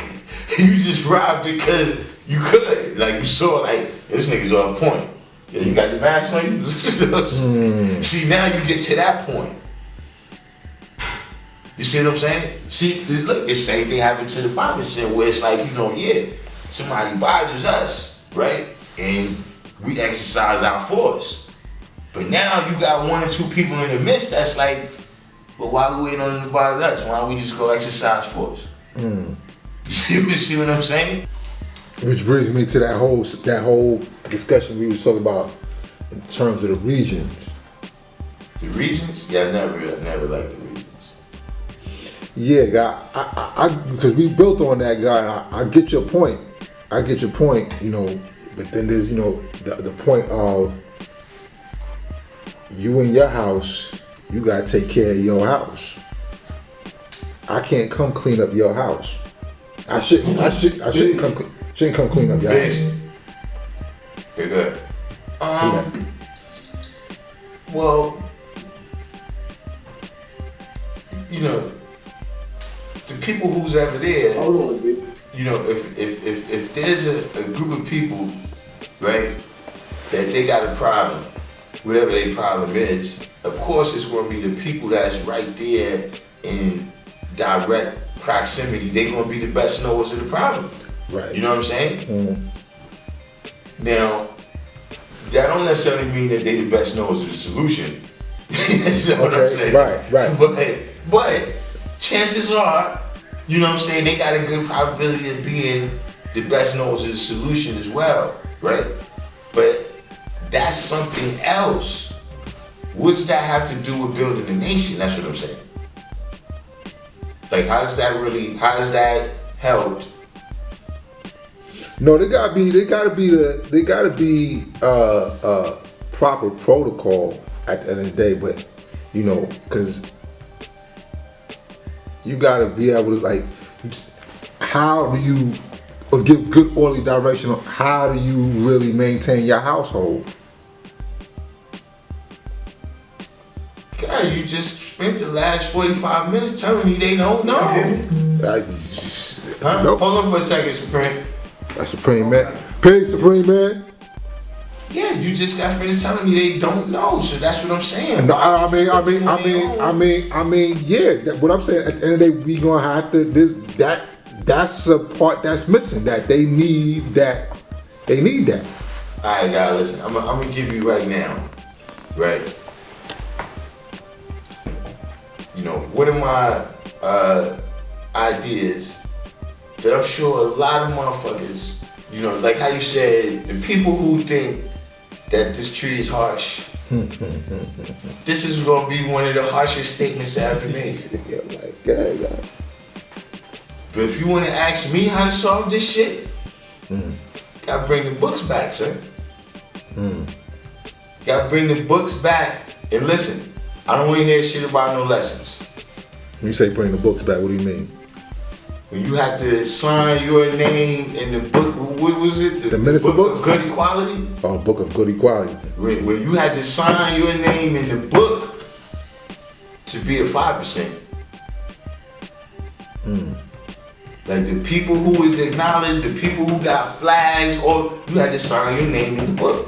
And you had to come to the house rallies and show and prove. Then Allah did away with them. Guaranteed. So like I said, this is one of the harsh things that people would think. See, that's one of the reasons he took that away. It's because it was a brutal system. However, listen, he took it away, but he also rewarded it because if your name was in the book, you got a flag. You understand what I'm saying? The people whose name was in there was acknowledged that, okay, yeah, I know who y'all are. But the way how y'all did that, yeah, don't be beating people up. You understand what I'm saying? What I'm saying is, look, if you ask me how to solve it, we gotta bring back the books. And like I said, we know now that y'all bought the lessons from Chesapeake. So you might have could have played that back in the 90s when we didn't know what was on the internet. But we know that. We know that you can go in all these different groups and hear all these stories about every era from 1964 to the present. See, this time you will write your name in the books. Say, who here knows you, man? Which one of these people been in your house? Who knows your moms? Did anybody here go to junior high school with you? High school? Fuck all that college shit. How many people here is looked in your refrigerator? See, if we ain't talking about that, you not one of us, B. See, because it's easy to get the lessons now. And like I said, you just practice for a day. Like a motherfucker cram for a test, you cram and come to the rally and know that degree. But y'all wanna end all this shit, bring the books back. It's that simple. You know, Well, a shit, lot of people gonna be fucked up. Well, God, with the See, right there, you eliminate the entire internet mob. no, God, but that's what You but- eliminate all that. Hold on, God, but this is, if you pay attention to the internet, you'll be able to see from that. What? That's almost like that's another form of the book. What you talking about? No, books. No, y'all allowing that to be the books. Well, how does those books get regulated as opposed to how the internet's getting regulated? God, the book is written by us, man. The true and living. Right. Just like the Pimp's Bible is written by the pimps, the Christian Bible is written by the Christians. This book got to be written by us. Right, and I'm saying the book is being written, but it just happens to be a digital book. No. Just who's the author of that? I'm saying whoever's Us. No. But then you see, you have. This is why you have other brothers. You have like Muslim guards getting slayed, and you know what I mean. My man. You dealt with. I don't acknowledge not a single person on there. That's what I gotta tell you. It's people, right, that, I socialize with or whatever. But see, more so than what you're talking. See, like I said, I can see your work. Right. That's because listen, you can watch and you see people's works. Yeah, You but can see- and it's a written history and it's being recorded. That's what I mean. You watch people's works. To see, it's gotta be both. See, even with that, right, you doing the part where back in the days, we used to say you visiting his mind. Right? You didn't walk miles with him yet, though. You understand what I'm saying? Like, yeah, we meet in the ciphers. You know what I'm saying? I might have seen you around the neighborhood, but we didn't really fuck around like that. But then when we get the knowledge, we met in the ciphers. You know what I'm saying? We build, you always know your lessons every morning at the cipher. I always know my lessons every morning at the cipher. So, we kicking it. You know what I mean? I was just getting bombed, they over there. You know what I'm saying? But now that's really all I know and shit. Right now, I might be going to say a La Rajin, right? La Rajin is another bride you maintain around. You know what I'm saying? Now going over there, it's a little different neighborhood, but those kids over there is zoned for Evander too. So I'm seeing 5% now the neighborhood, right? And you totally different. See, you define a bad Evander. You friend love or you love. You see what I'm saying? You see what I'm saying? See, that's what I'm saying, that now it's gotta be both. It's gotta be both. Yeah. You gotta walk it. Yeah, right. I see that. So that's why this internet could never be the book, guy. That's what I'm saying. Y'all allow it to be the book. See, people keep saying, listen, what's my man? He's an SW. SW have a saying that he say all the time. The devil going devil. But that's what, Allah told, had to tell 1,000 people that, look, the devil do his job, you here to teach what I told you to teach. See what I'm saying? All the way from the brother who said, who was it Shem? Who said that? That look, why don't we just go kill all the devils? And then I had to tell him, then you gonna kill a lot of your family members too. And it's a whole host of other problems too. But just to say that, listen, son, they gonna do their job. Right? They here to get the wrongdoers. Let them do that. Right. If you waste your time just worried about that, then what time will you have for your own elevation and the elevation of whatever people around you that you need to get out of whatever situation? See, you can't be chasing. Because you gotta remember that even the colored man is not the foundation of establishment. Not the foundation of the devil. Right. That's a fact. So see, you can try to eliminate any group of motherfuckers you want. Until you do something about the principle that's giving rise to that negativity, ain't nothing gonna change. See, that's what I'm saying. It's actually us, right? The 5%, right? Who's responsible for making sure that these people don't say they 5%.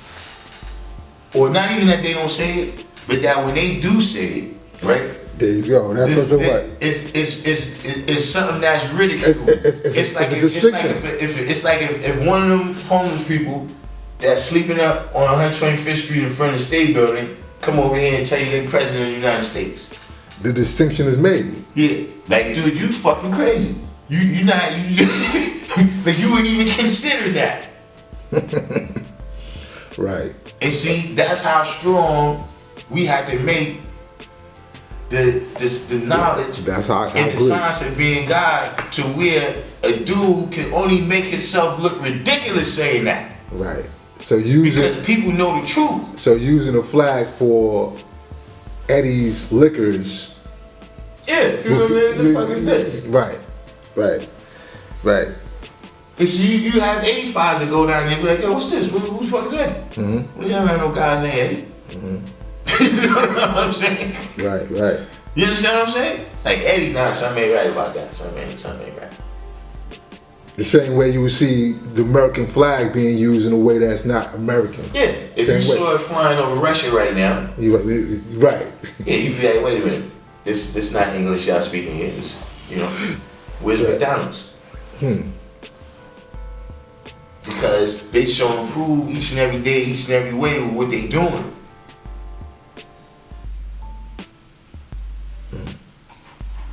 Yeah, my battery about to fucking die and shit. Yeah, these batteries, man. These batteries and shit, man. With Supreme Man then? Yeah, Supreme Man, hold on, let's bring Supreme Man in now. Yeah. You see the guy? What's the size? What you talking about? You gonna need a doom squad. Is he gonna need a doom squad? Which a doom squad to enforce what? As far as like, it's so, it's a double-edged sword to me because it's a lot of proliferation of the knowledge out there, but it's a lot of poor knowledge also. But as far as what you're saying, if you want to have people in the book of equality, that's going to become diluted as it gets away from the foundation as well. I mean, listen, unfortunately, I can accept that. You know what I'm saying? And that's something that I can accept. It's not, full disclosure, right? It's not a foreign conversation in New York. That the further you get away from the roof, the light starts to get a little dimmer. Unless you're dealing with somebody who's done their due diligence, right? And swam they 9,000 miles from wherever they was back here home. You know what I'm saying? And I'm not even that far from you. I'm like an hour and 40 minutes. And look how it is out there. That's what I was about to say. When I got the knowledge, I wasn't given the proper, formation of the lessons or anything of that nature, but I took it upon myself to come get that. And that's those who choose themselves. There's those who choose themselves to do that. Right. That's what I'm saying. Like, it's going to come down to each individual. Or we just do like we used to do as far as like, you hear something is going on in Seattle, whatever, somebody got to go out there. I'd say, yeah, listen, that's basically, listen, God, everything that you're saying, you just kind of fleshing out the details. But I'm not anti any of this stuff that you say. So in order for anything to become law, there must be a punishment for those who break the law. So what would be the punishment for individuals who go disaccordingly and have been warned about the right way to go? Like, how far are you willing to take this is really the question. Well, you know, justice is... I'm with whatever. Justice. See, look, that's the guy. Listen, that's why we shouldn't even. I don't know why you came on here, because you know how these conversations go. The ball gets rolling, and then the next thing, them brothers is coming from out of town to the rally, to the show of food, and people is lined up in the front waiting for them. You know, my thing is, you know, justice is according to the action. You know, the penalty fits the crime. You know, so you just talking about people running their mouth, you know, because for a lot of people, what they run their mouth for, or whatever they doing, people, see, we the only ones that's in this sincerely, right? So everybody else is doing this for a particular reason. If you eliminate that reason, they not doing it no more. You know what I'm saying? So if a person is doing this for a certain amount of clout, and then you make them look ridiculous and shit, you know what I'm saying? They not going to do it. If a person is doing it for a certain amount of money, but they not making no money, they not going to do it. You know what I'm saying? I always said that the only people that's going to acknowledge the whole 120 lessons, you at the extremes. Either you this or you the devil. Like, there's a reason that you wanted to acknowledge this 120 lessons.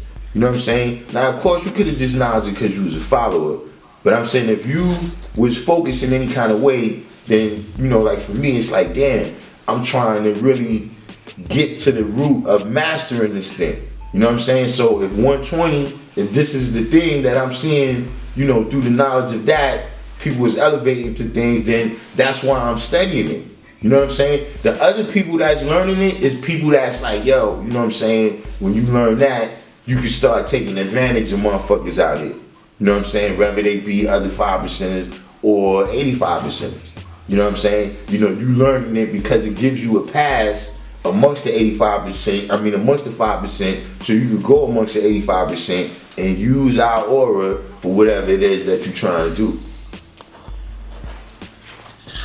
I mean, it's just a slippery slope. I recall building with this earth at one point. She was in South Sea. And she was telling me that down wherever she was at, I can't recall the town, it might have been Colombia, whatever. Like the God said, before I get my earth lessons, which is no such thing as that, I gotta give up some sex. Cool. And I was like, that's not right and exact. You know what I mean? I was like, let me speak to the brother. He never, got in tune with me like that. But I'm just saying, for an individual like that, by me bringing that knowledge, it opened her eyes to a certain degree. But a person like that needs to be dealt with in some type of way. You feel me? Like, he just can't, because he knows what he's doing. Right. This is not a gang. You don't, in terms of some of the gangs where some of the women have to sleep their way in or whatever like that. Well, like you incorporating a foreign entity. I tell you this much. You gotta look at it the way other nations look at it. See what I'm saying? You gotta get you gotta send your young lions at it. Know what I'm saying? It's the Doom Squad, that's what I'm saying. Yeah, but see, really, it's just once you got the teenagers, God, they be on motherfuckers like ants, God. Yeah, no doubt. That's what I'm saying. They be, so once that's really what it is, man. So you start teaching the babies. See, they don't play that. You ain't from over here, dude? Who you came over here to see? That they don't play that. See all that, we mature and the kids don't play that shit. You understand what I'm saying? So those is the people we looking for. See, those are people who got the time on their hands and everything. Yeah, we bored. Let's go over there and make sure them niggas ain't starting to do this shit again. Let's just for wreck. Let's go over there and see if the motherfuckers still saying what we told them don't say. See, that's what it is. You're dealing with people that's grandfathers. You ain't got the time. You know, then you want to, you know, like you said, you want to find the most peaceful way out or whatever. You know what I'm saying? Kids ain't thinking like that. People know not to fuck with them. You just gotta teach it like that. Then pardon me before I go on. God, peace be upon your old earth. I ain't even know. Oh yeah. I ain't even know. Yeah. You know what I'm saying? But at the end of the day, that's what I said, the last live that I did, I had to get out of I don't know what it was, guy. You know what I'm saying? I don't be dealing with that, but it was some kind of stages of grief that I'm in or something like that. You know what I'm saying? Well, I can't call it. Yeah, real, right? You see, when my pops returned, I was kind of numb and shit. Like, I went through it, but I didn't really, my head was clogged and shit. I couldn't really, but then the next thing, I was over it. But this one is shit. I remember building what you doing that time, too. Yeah, you know what I'm saying? Because I'm fortunate right now to still have both my parents and a stepmom.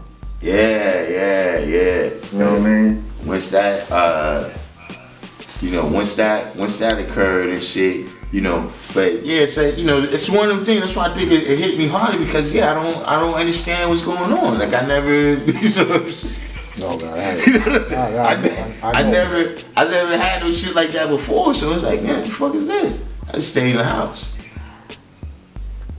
But like I told people yesterday. When I lost my first queen in 03. Right, yeah, that was rough, yeah.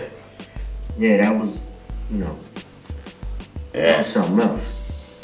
Yeah. It was really the brunt of the babies, though. It wasn't. Right. I put my grief in my back pocket, so to speak.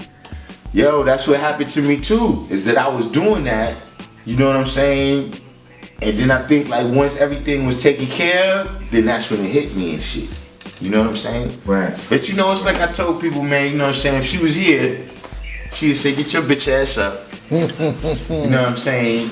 I ain't do them 9 months for your ass to fold and crumble as soon as I'm gone. So get out there and get back to the action. So we back to the action. Yeah. I mean, that's what you have to do, man. Because one thing I learned from that circumstance of 03 is like the planet still moves, man. Man. Nothing stops for your personal grief at all. Yeah. You know what I mean? And this is when you start getting into the science of a person never really dies because your memories last and you can pinpoint different times in your life with that individual and continue them on. And then if they gave back to the planet in the form of a physical aspect, then, it's still here within that way as well. Mm-hmm. Because we manifest as no mystery God. So we always, in the forefront of our minds, we have to always put that out there because that's the thing. And once you learn that part, some gods go through the stage of trying to put themselves in the mystery God place, but that's not who we are. Right, yeah. Mm-hmm. We the true and living God. You know what I mean? Like, you go through an ego stage, putting equality in front of God's cipher where you learn that God is some super omnipotent energy, and then once you learn that don't exist, your ego is like, God, I do what I want to do. But then as you mature, you understand that that's not what God is either. It's a collective energy of individuals striving to do righteous things and teach the world this truth. So when you hear somebody, it's only one God, you're right. But it's a string of mentalities that make up that one essence. You know what I mean? I remember brothers used to have a problem with, how you gonna say return to the essence? That's what that means, but the essence of all things is thought. What's the essence of a car? Somebody had to think about that. What's the essence of basketball? Somebody had to think about that. So there's nothing wrong with saying return to the essence. In your mind, if you mystify it, then that's when it's wrong. Mm-hmm. You know what I mean? I did the knowledge to, switching gears just a little bit. I didn't finish it, but I did the knowledge to the Savior's Day speech. You know, Knowledge Born was brought that up to me yesterday. Yeah, what happened with that? Was That's supposed to be his last Swan song. His last speech. You know what? I gotta give him this, right? I didn't finish the entire speech. I'm like 75% into it, and I know I'm more. How can I put this? Well, I'm gonna just say it. I'm more peace with the nation than you.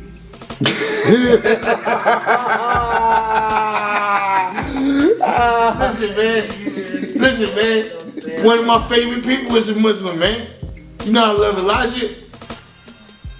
Yeah, no doubt. But listen, so he said it was the Swan song, right? Mm-hmm. But what was ill in the speech, he was like, "Oh, y'all thought this was my Swan song?"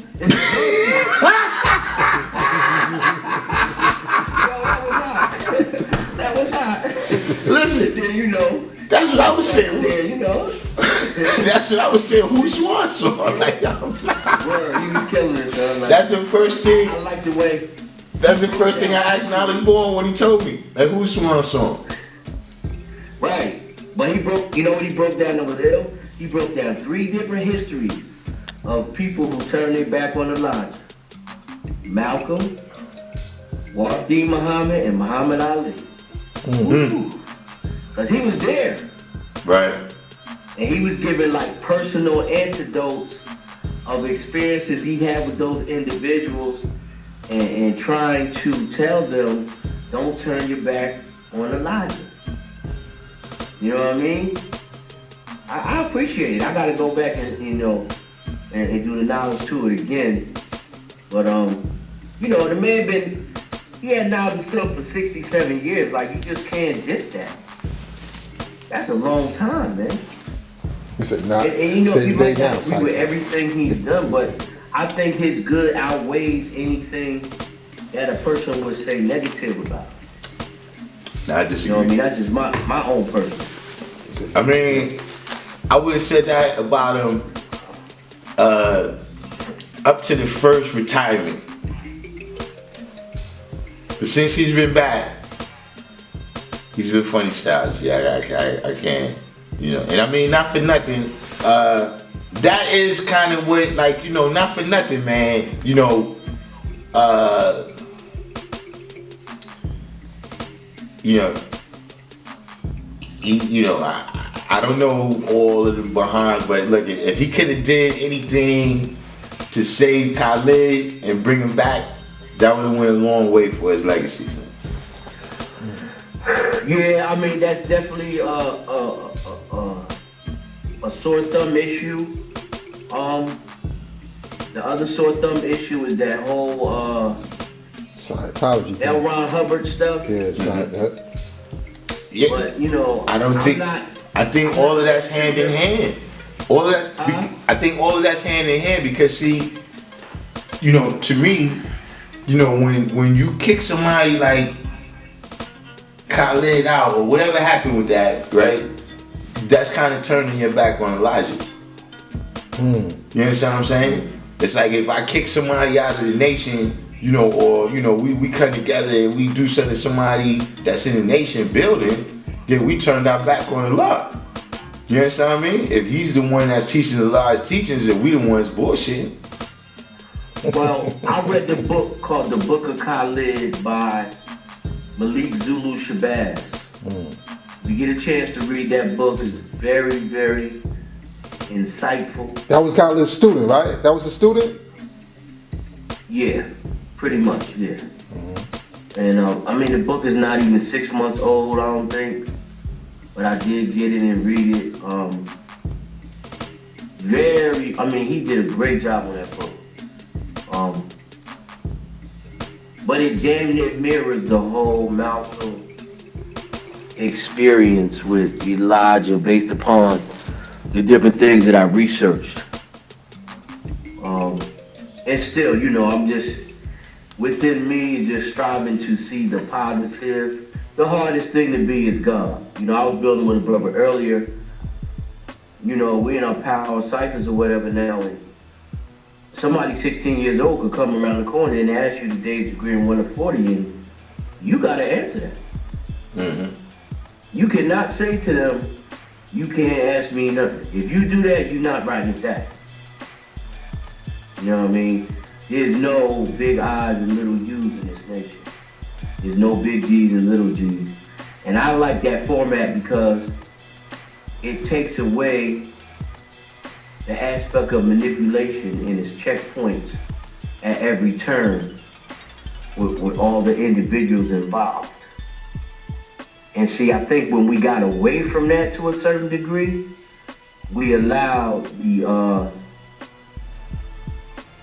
I don't want to curse, the you know, like, the stuff, the unsavory stuff to come in the cycle. Mm-hmm.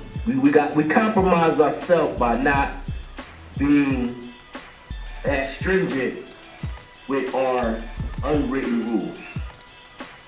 Mm-hmm. We didn't write them down. You know, we don't have a book of rules. But to me, to learn 120 is the minimal requirement for being a 5%. Yeah, but see, that's the people that you got in the nation right now, right? They're people that feel that they're little eyes, right? And you know, other people in the nation, whether they the firstborn, whether they the people at the law school, those are the big U's.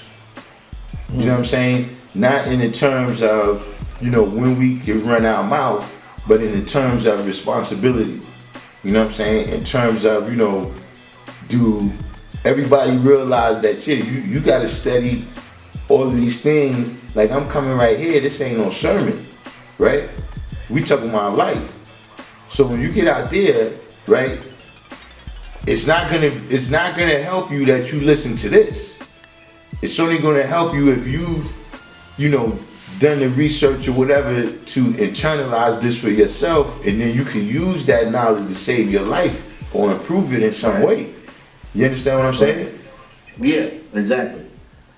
Once the gang proliferation manifested itself as a whole across the country, anything that had more than 10 people in it, subconsciously it took on a gang aura.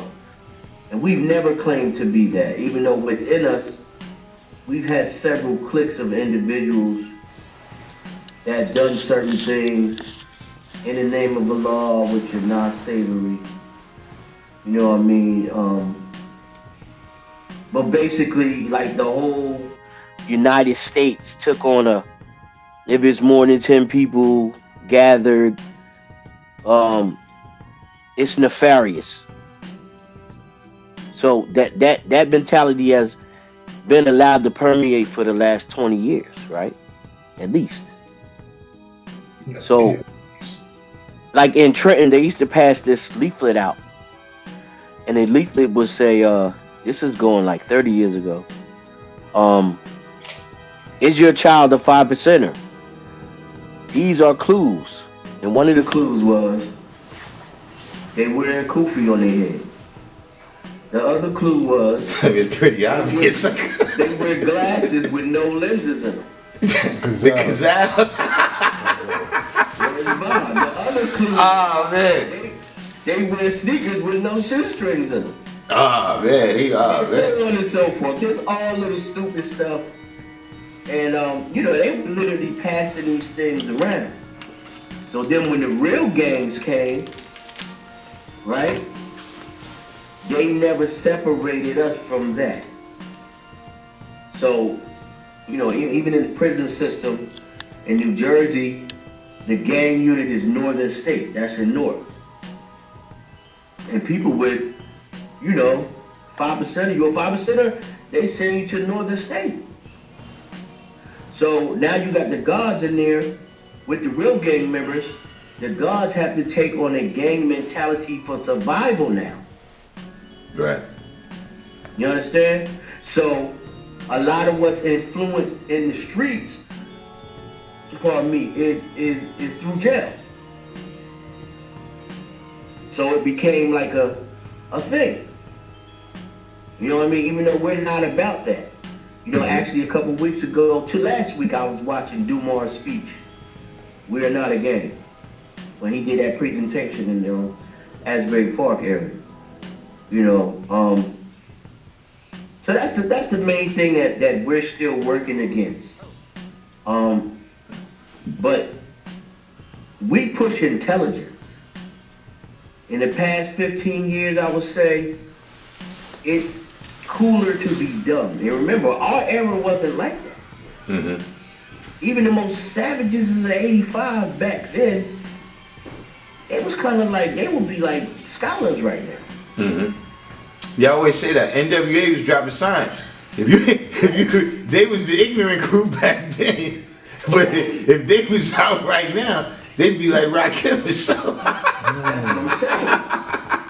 Damn. So I think that's all. We have to flip that inside out. The quote, freedom. Flip that inside out. And like you said, it really starts with those. But you know what I think? You know what I think is the difference, though. At least from the New York standpoint, right? You know, it's definitely different in the other. You know, definitely in Chicago and LA. I can't speak for everywhere, right? But see, in New York, we've had gang errors crash before. What seems to be different this time is that they have corporate sponsorship and backing. Exactly. You know what I'm saying? That's kind of keeping them around. You know what I'm saying? Being a prisoner is money. Like when you lock somebody up, you are making money. It's not just that, but it's that you can get paid. Like right now, you know, I don't know, but you know, there was a couple of years in there that the only way to become a star in hip hop was to be in a gang. Like that's what influenced 6ix9ine. Like he's doing the same music, got in a gang, became the #1 guy. Right. I agree with that. So this type of corporate sponsorship, you know what I'm saying, is, you know, anything that is money in it, you know what I'm saying, you're going to keep getting people that's in whatever situation that, you know, they'll be so desperate that, you know what I'm saying, you go get in a gang and you're not even there. You know, you risking your life for something, you know what I mean? But I think that's kind of what's sustaining it now.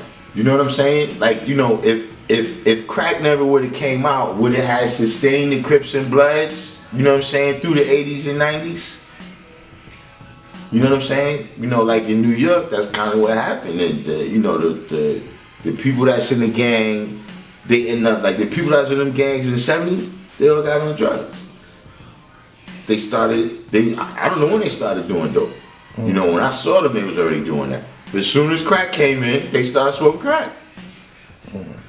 And so nobody, you know, that shit just wasn't cool. Just in the way they dressed and everything. It was like, dude, listen, you know what I'm saying? We not into that. You know what I'm saying? You know, same thing, you had a little minor, you know, wasn't a whole bunch of them, but you had a couple gangs, Deception and all that. But I'm saying, you know, with whatever it is, gangs hit a wall.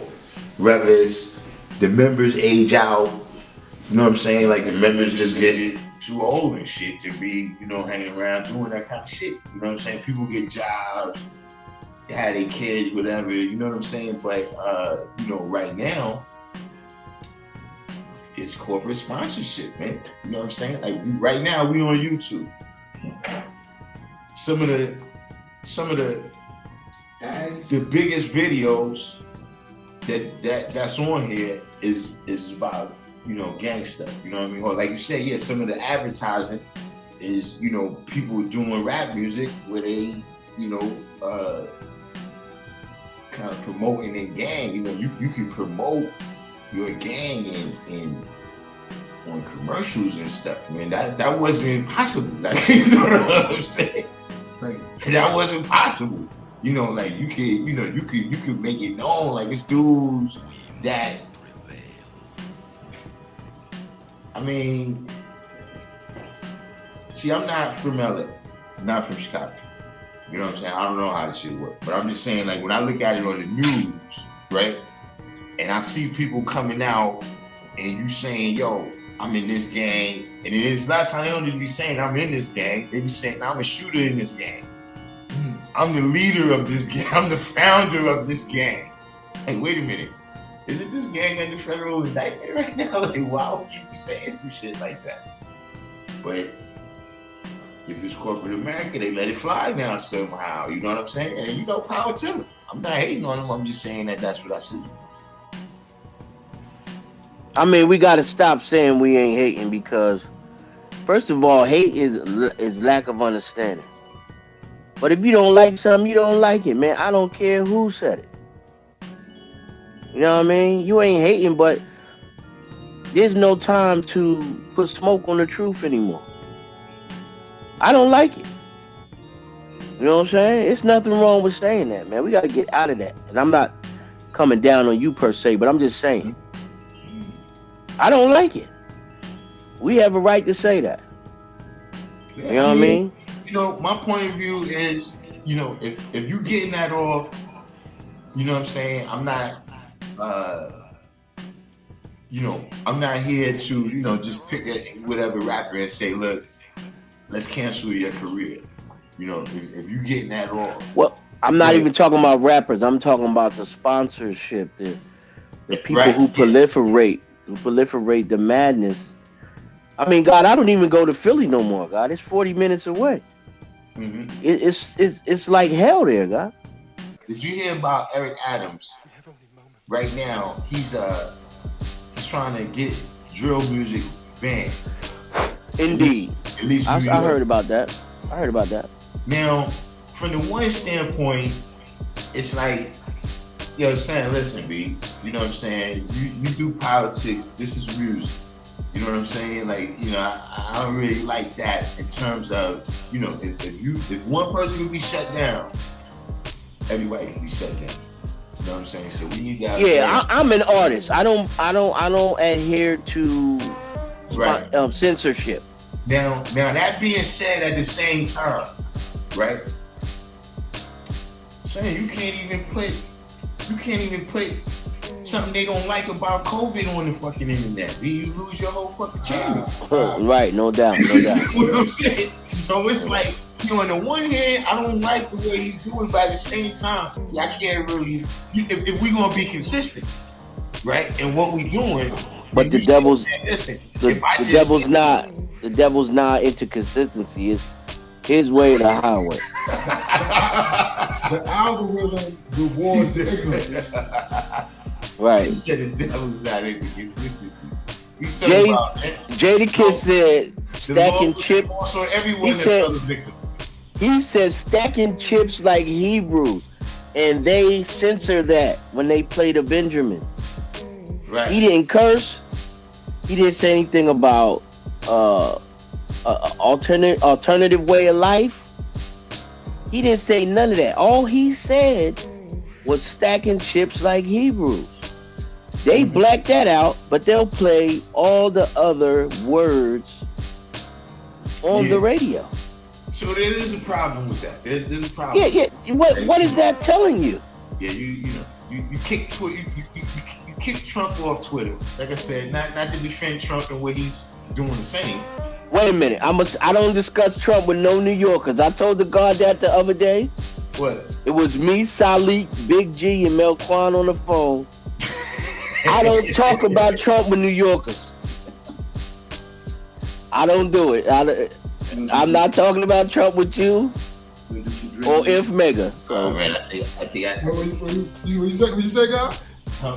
I don't talk about Trump with New Yorkers. Now with INFMEGA? You a New Yorker, right? I'm not talking about Trump with you. Oh man. I got some good points about Trump. What you talking about, man? That's what I'm saying. I'm not talking about Trump with nobody from New York. I'm not doing it. See, you censoring this complete shit. You censoring Trump right now. Now, Cypher guy, I'm telling you what I'm not gonna do. I will listen to y'all. You kicking Trump off. You see what I'm saying? I'm not kicking him nowhere. I'm not into censorship. I'm a rapper. I'm a rapper. I don't believe in censorship. Well, not believe. I don't deal with censorship. Either way, we do have to look at that. The fact that look, I got a strike the other day. I got a warning on one of my videos. What was it for again?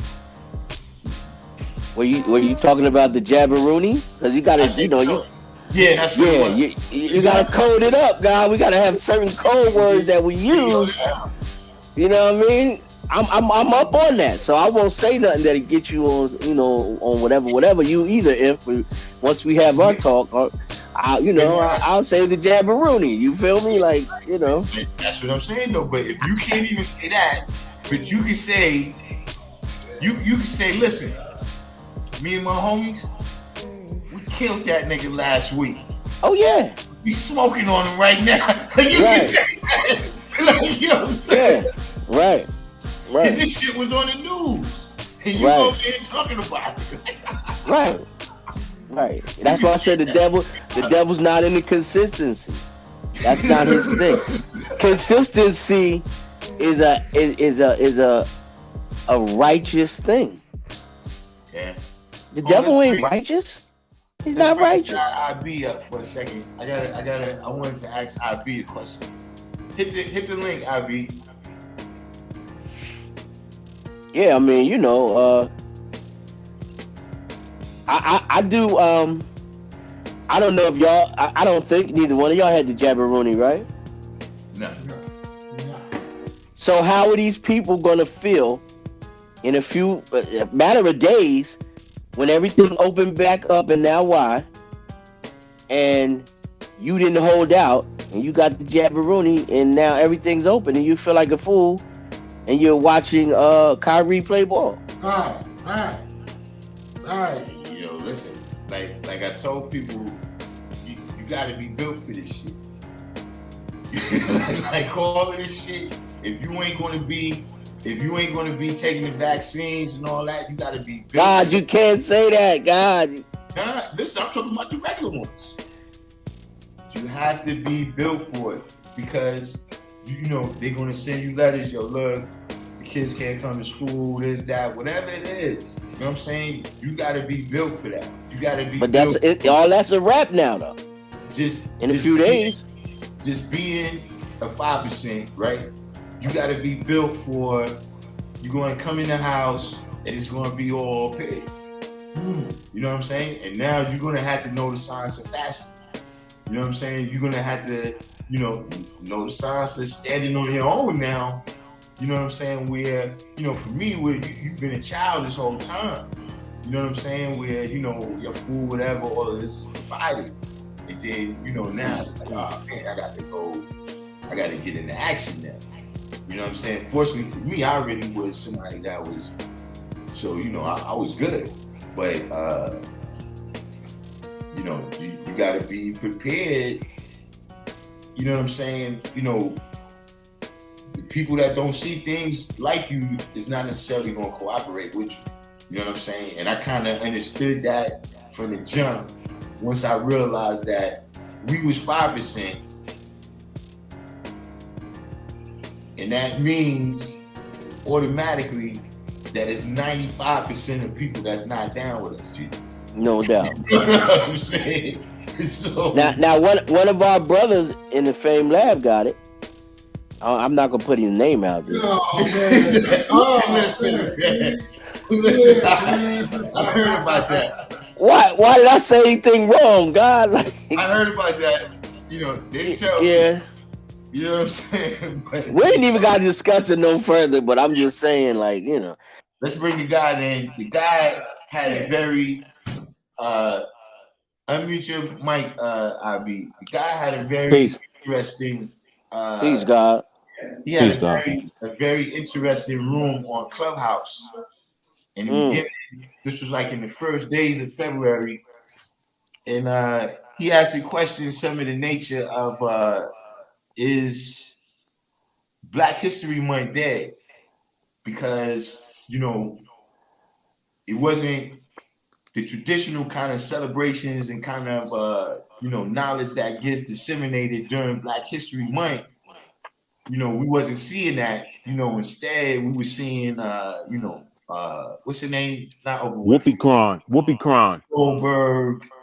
You know what I'm saying? Like a lot of the news, it seemed to be going away from Black history, and then even when Black people was included, it wasn't necessarily. Is Black History Month considered critical race theory at this point? Well, Yes. so let's start. Let me hold up. First, let's start with this though. What did you think? I don't know if you had a follow-up room, but what was the verdict on Black History Month? You know what I'm saying? Do you think it ever caught on and you started to see the kind of traditional celebrations that we used to? I didn't see the traditional celebrations. I think the gatekeepers to those celebrations have changed though. Actually, we the ones who are of that age are the people that would have been holding the celebrations when we was younger. So actually, those celebrations aren't really going on because we the ones not doing them. You understand what I'm saying? So that's what I'm saying. That was the verdict that you came up with, is that the people that's supposed to be stepping into those positions right now is not stepping into them. Absolutely. But one of the great points that you came up with though, when we was in that discussion is that a lot of people are saying that some of the information that we was taught when we was younger is not that accurate anymore. However, the people that are so-called educators, they're not disseminating this information to the general population. So how the hell is a regular person who's not erudite gonna have this information? Besides, people are not really going out there to do that type of study. So how are we supposed to know that the information is not accurate from Dr. Ben or Dr. John Henry Clark or whoever scholar that you followed back in the days? Mm-hmm. How are we supposed to know that? Yeah. Well, can I make a point? Yeah. Yes. Do you think that the COVID era which we're in, which it doesn't really lead for you having a lot of people gathering, do you think that played a role in the lack of activity? I mean, we had Zoom. Yeah, I wouldn't say that because it's even in the commercials in the TV that you saw. You know what I'm saying? It almost seemed like post-racial. Remember they was talking about that? Yeah. Yeah. You know what I'm saying? Like it was post-racial. Like it came up, but being that we don't have problems no more with race, we didn't have to go all into it. You know what I mean? Or perhaps you hit something on the head too, where that you got this critical race thing.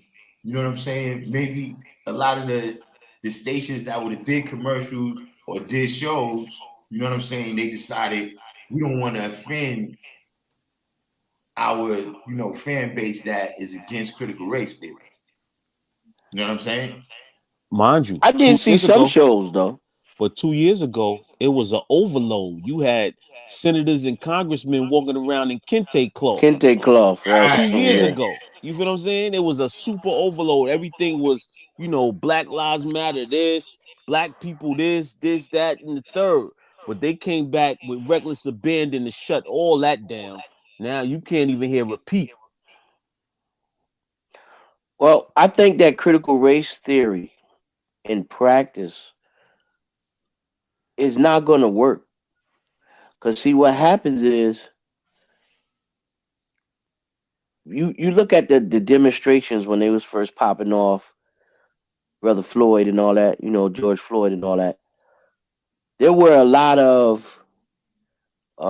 European people that was in the forefront. I mean, some of it was staged through George Soros, of course, but it was some genuine people out there trying to front line different things and jumping in front of original people and things of that nature. Now, I think that's all due to hip hop. And they want to be hip hop so bad that they try to live out the sentiments of those who are actually suffering from the injustices. So it's too late to get them. You know what I mean? And those ones that's out there, 5% of them are going to proliferate that to their youth. Right?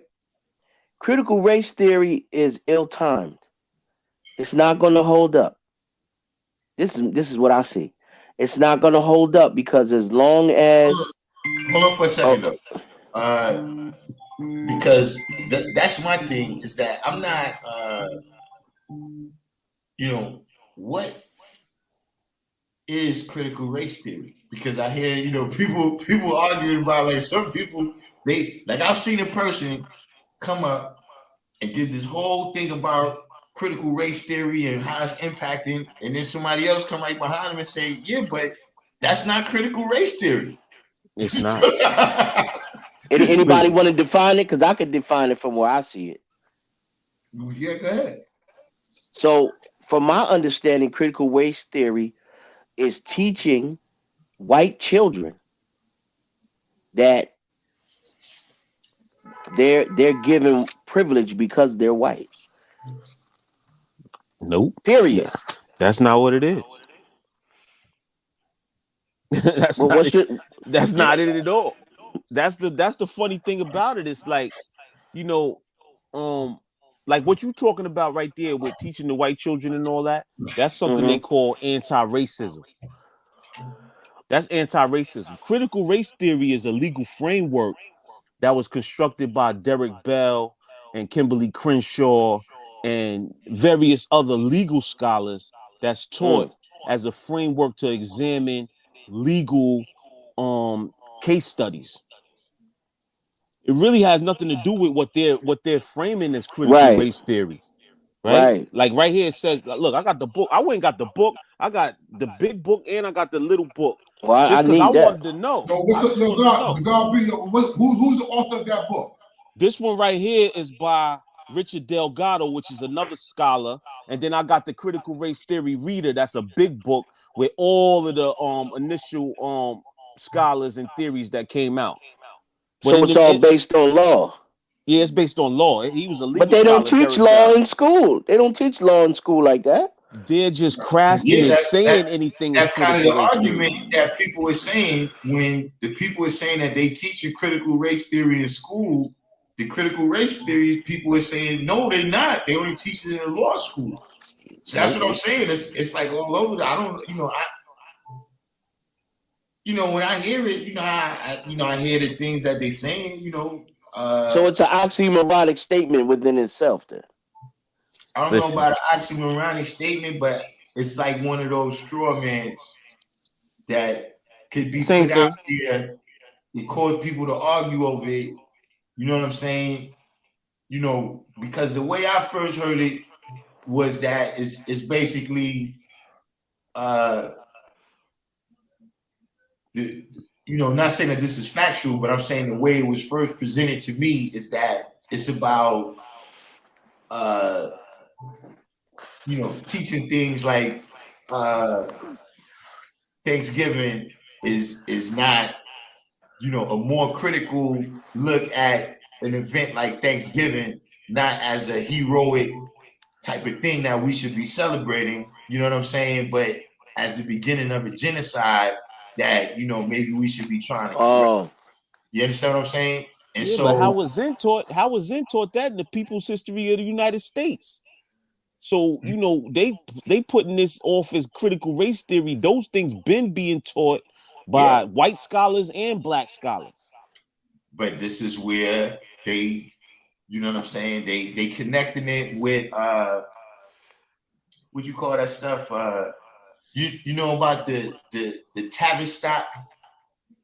The Tavistock, what is it? It's not a university. It's some kind of they like a think tank where a lot of these different conspiracies, they say a lot of them come out of Tavistock.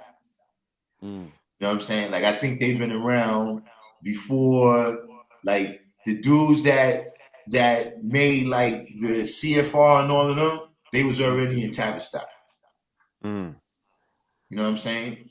And these people over there, they came out with what do you call it? The social engineering.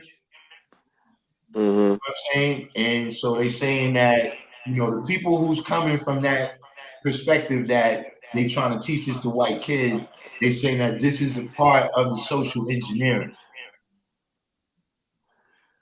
That's the connection. So, God, IB, Peace. is the things that you're reading, do you have a list of things which are considered critical race theory in the school systems? They don't teach critical race theory in the school system. There's a whole lecture right now. You could go to Clubhouse. There's a whole lecture on Clubhouse by an actual critical race theory scholar.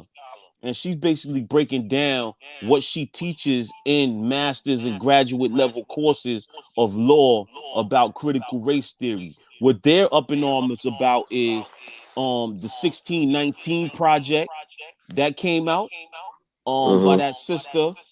Also anti-racism by Kendi. So some of these things is being promoted in schools, but it has nothing to do with critical race theory. They called it critical race theory. There's plenty of things that you could go on the Black News Channel where they had actual senators that was talking about critical race theory and why it should be banned. But when somebody asked them to define exactly what it was, they didn't even know what it was or who was the main proponents of it. Yeah. So according to this book right here, it says the critical race theory movement is a collection of activists and scholars engaged in studying and transforming the relationship among race, racism, and power. The movement considers many of the same issues that conventional civil rights and ethnic studies discourages take up, but places them in a broader perspective that includes economics, history, setting, group, and self-interest and emotions and the unconscious. Unlike traditional civil rights discourse, which stresses incrementalism and step-by-step process, critical race theory questions the very foundation of liberal order, including equality theory, legal reasoning, enlightenment, rationalism, and neutral principles of constitutional law. So it's not something, according to what these critical race theory scholars are saying, it's not something that a child could even comprehend or something that can be broken down on the elementary or central school level. Hmm.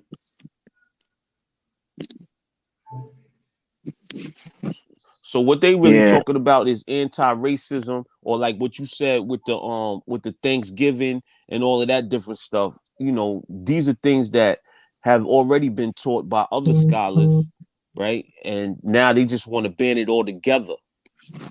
They want to ban anything that critiques white people, right? That's that white fragility that D'Angelo was talking about. So another question, you know, you be up on current events. I haven't been in the loop recently. What's going on in Ukraine? And you know, should Black people be concerned about this? You know, because you know, a couple times it came up on the channel right here, and I was like, yeah, no, I don't have any. You know, like when it's over, I'll add that the knowledge of what happened on to the rest of the knowledge that I have. But you know, in terms of being into the details and the intricacies about what really caused it, and you know what's going to be the outcome of it, I don't. Yeah, I know a little bit. I know what I see about it, but I'm doing my best. I'm doing my best not to get caught up in Ukraine-a-cron, you know, Whoopi Cron, Joe Rogan Cron. I'm trying to get caught up into these things because we not talking about our issues, right? They basically hijack all of our, all of our month where we were supposed to be not only teaching our children about Black history, but teaching white folks as well about Black history. That's what it was really about. But they hijacked that and got us talking about all of these issues that have nothing to do with us. Yesterday, I was in a full day breakdown of the history of Haiti. Right? This is more interesting to me. Because the history of Haiti is very intricate as far as going from Toussaint L'Ouverture and the Haitian Revolution, which caused a lot of different ripples to go across the country. in the Right. United States. You understand what I'm saying? But then the other parts that's not spoken about is how the American government, the French government, and banks and all of these other people kept Haiti destabilized. That's right. I'm not trying to, divert from your question, but what I'm saying is why are we as a people focused on what these people got going on in their country when there's multiple things that's going on in countries that look like us that we're not talking about? But that's Did actually you did you see that's did you the see the question. Actually, did you you know see what I'm the saying? clip That was the the second clip where they part. wouldn't let the Africans on the train Is and they Yeah, had a that's what I'm baby? trying to say. There's black people in Ukraine as well. Right. How many? But I don't know. But there's supposed to be black people there, and they have some kind of Yeah, they do people that went there to go to school and they had the baby and it was 2 degrees and right. they say you got to back up. You can't get on the train before Ukrainian people. Yeah, so they don't have no real rights in Ukraine. Right. The Ukraine, the when the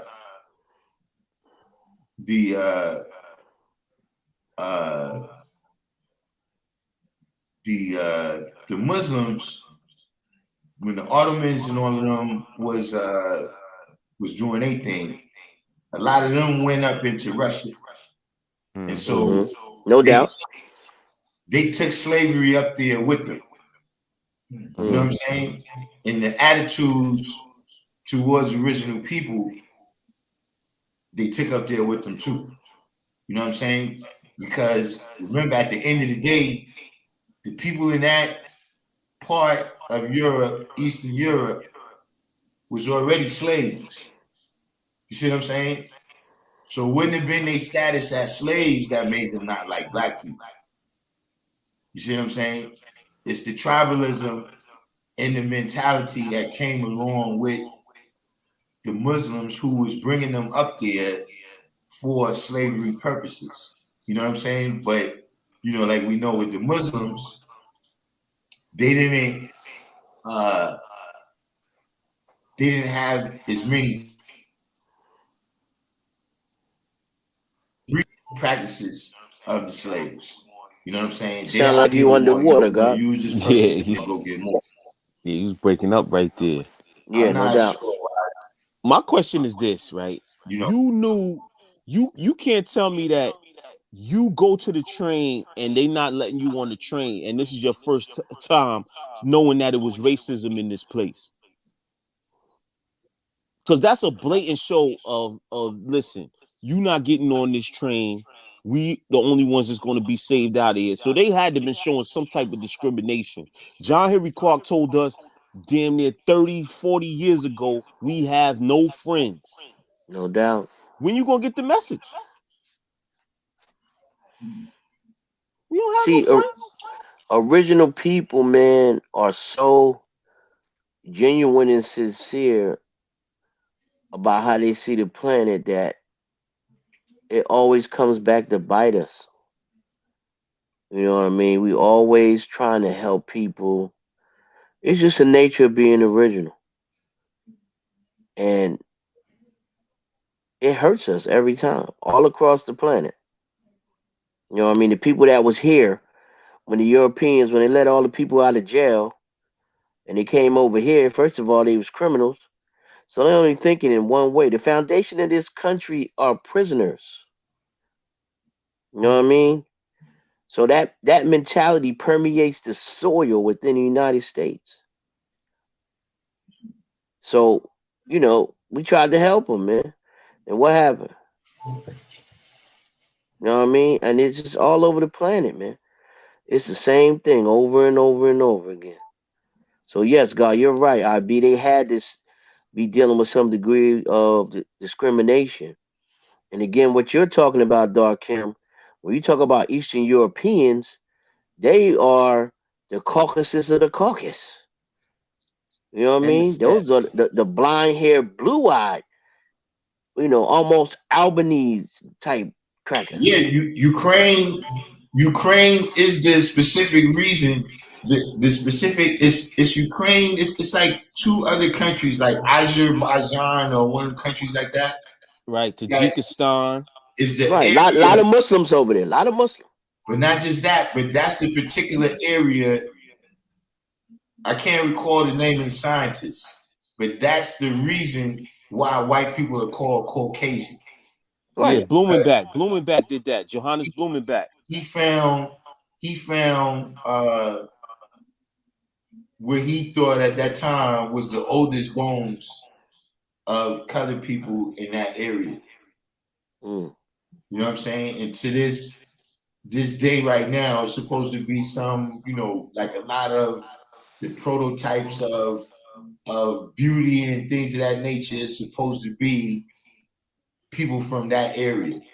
That's what he said. Mm.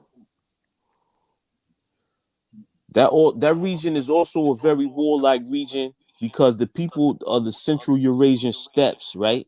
Whether you talk about the Huns, you talk about the Mongols, Right. right? Right. They've been constantly going to war with whether it be China or it be Europe, right? Right. And they've been on various waves attacking both sides. Genghis Right. Khan had the largest landmass empire in history, right? When he conquered China and then all the way over to like what they call now the Middle East. Mm-hmm. You know what I'm saying? But those people in that region, they've been going to war forever. And one of the things that gave them a big advantage was the horse. Mm-hmm. You know what I'm saying? I know that history, God, no doubt. I mean, Yeah. it's many different empires that stretched over there, and then, you know, I'm sure all of y'all know about the Iceman Inheritance. That book really proliferates how the devil is always in a constant battle because he keeps getting pushed out of lands, which makes him a migrant. So they don't know where their next meal is coming from. So when they come amongst something, they try to take it over. Yeah, You that's a know, fact. it's this what happens. And this is what constantly is going on all around the planet all the time. You know what I mean? If you haven't read that book, I should anybody listening or anybody on this panel, so to speak, though, check it out, man. It gives you all it does is it dots the I and cross the T of the wisdom degree and the student enrollment and the understand and understood degree in the 140. And last thing I say about that, your man Putin, he trying to reestablish the USSR, Right. right? But since it Because broke up, its power base is exactly. compromised. All of that land was under the USSR and they broke it Indeed. up into all of these different regions. You know, they created NATO as a unification of nations to destabilize the Right. USSR. Right in his act. So this is the issue that's going on. World I got a domination. question. Cause Right. But that's somebody what asked. Go ahead, that's what God. I saw as the real cause of the problem here is that, when you deal with the science that colonialism is economic now. You know what I'm saying? Like it was always economic in terms of the end goal, but the way it's established and even is enforced right now, right, is through economy. You know what I'm saying? Loaning them money, building, all types of corporate shit in a country or whatever. And it's like we got a real loose. It's like a loose. The colonies is not the same way as in the British Empire. You know what I'm saying? Where India, no, that's the British Empire.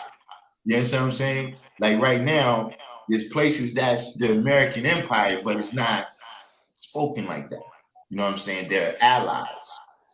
So, if the way they work is through this money, right?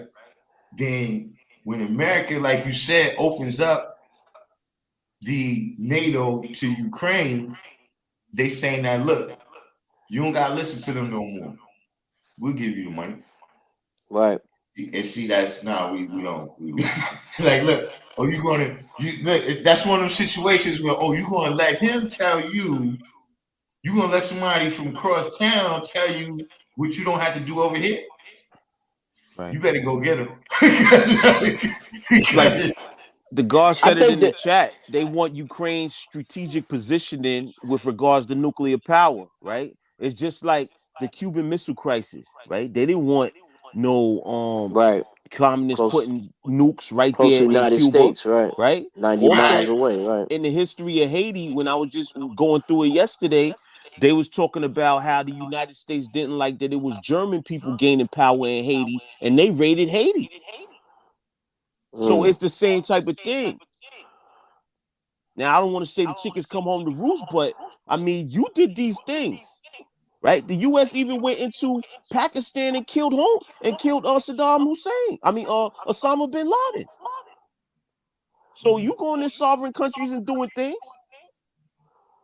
I You gonna think tell it's this man he can't? We just talked about that earlier. The devil is not into equality, guys. I think it's a sign though, G. Because like you said, they not into consistency, except in that one No. area. When it comes to war, we get down. They on their gang shit. Only consistent thing about the devil is Listen, devilishment. nah. They turned down the fade this time, son. But listen, They but supposed to listen, pay the fades, man. That's the listen. NATO deal. That's the This is NATO deal, G. this If the you real get in point, trouble, though. you How take the far is fade. Putin? How far is Putin willing to take it? Will he take on the entire NATO? Listen, they don't want that smoke with Putin, just like he don't want that smoke with them. They don't want that smoke, homie. Listen, Because first of all, listen. I'm gonna tell you like this: if he wasn't ready to go, if he wasn't ready to get busy, he wouldn't have did it. Right. Yeah, but I'm saying Biden was supposed to say, listen, we're gonna have to roll out. He was supposed to use his. We got like 90 days. Is it 30 days or 90 days? The president can wage war. He can send troops in the area before he got to consult Congress. You know what I'm saying? Son, you were supposed to do something. You were supposed to drop some bombs somewhere, son. Somewhere where it's communist, we're supposed to feel that pain, son. You let that go. Listen, they taught us about the principle of detente, right? DENTENTE, detente, right? With the nuclear bombs. What detente is basically saying is the concept of mutually assured destruction. Right. If we all got nuclear weapons, then we're not going to attack each other because we know we both could just obliterate the planet. Mm-hmm. So they're not just going to openly go over there and attack no damn Russia, because Russia got crazy nuclear weapons, bro. Russia got crazy, but listen, that's still a sign that if Russia got crazy, because like you said, it's supposed to be mutually assured destruction. Remember, the Russia is the other party to the nuclear detente. So if they came out and made a move where 2 weeks ago or whatever period of time, Biden said, listen, we ain't gonna go for that. If you do something to Ukraine, we're gonna make a move. And they went on ahead and made that move. That's them saying, yo, son, you ain't that bad no more, G. This ain't back in the days when you was in high school and we was in junior high school. We listen, this ain't back before you got locked up and we was in elementary and you was the man on the block. Now we all men now. Pardon me for a second. I'm telling you, they were supposed to take that phase. It was supposed to be, how they call it, the proxy forces, right? Maybe America wasn't gonna go drop their bomb, but they were supposed to gas up some other country in that area to go attack. That's the problem. Who we got big enough to ride with us? Because it sounded like they trying to gear this shit up for China to jump in that situation with them. That's what I'm telling you. It's like LeBron James in the NBA.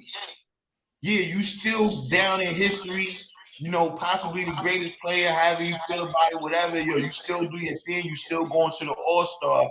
But young niggas that come in the league is not scared of him. They not thinking I'm not gonna win no championship because I'm not on his team. I'll take you on, big man. You gonna get your 25, I'm gonna get my 25. Son, that would have never happened, G, at the World War II. Let America told a motherfucker make this move in 1950 and see what would have happened. What really would have happened. That's what. We coming over there to kick Yeah, some we ass. would have happened. You already know them red tails. But the question for me still is this, though, guys. What are we gonna do? We have no friends. At the end of the day, we ain't got no friends here. We ain't got no friends over there. And then also, God, during Black History Month, I learned some other stuff too, right? A lot of Africans is not jacking Pan-Africanism. It didn't come from Africa. That's what I'm saying. So, you know, that's another thing, man. Where the hell we gonna go? This 50 million here in North America? Look, we might have to figure something out, bro. Now I say that last step to Doozy.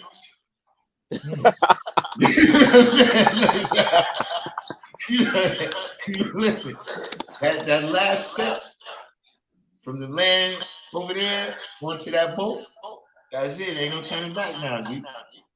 I was in the Yoruba room, right? In the Yoruba room, they broke down a speech from Marcus Garvey. Marcus Garvey was saying that American blacks was gonna create a Negro nation in Africa, in which the blacks from America and from the Western would be the ones that's in rulership over everybody else. Africans ain't jacking that in no way, form, nor fashion. He basically was saying that they was backward savages over there. They not Marcus jacking Garvey that. said that? Yeah, in one of his speeches. That's interesting. So he said that they needed to be civilized, and that, you know, he was going to create a Negro nation over there, and that, you know, we was going to go over there and basically be at the forefront of that situation. Now, at the risk of I don't want to get in that, because yeah, that's deep. I'm glad. Listen, I'm glad we having this conversation on YouTube. You know what I'm saying? Where things is a little more balanced. You know what I'm saying? But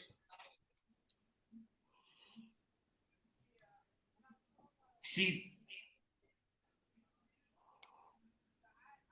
Africa has been kind of Europeanized. Kinda. Listen, man, I said we stay in balance. You see, One statement: there's nobody more colonized in the entire planet than the African on the continent. And what I'm saying, and now China moving in.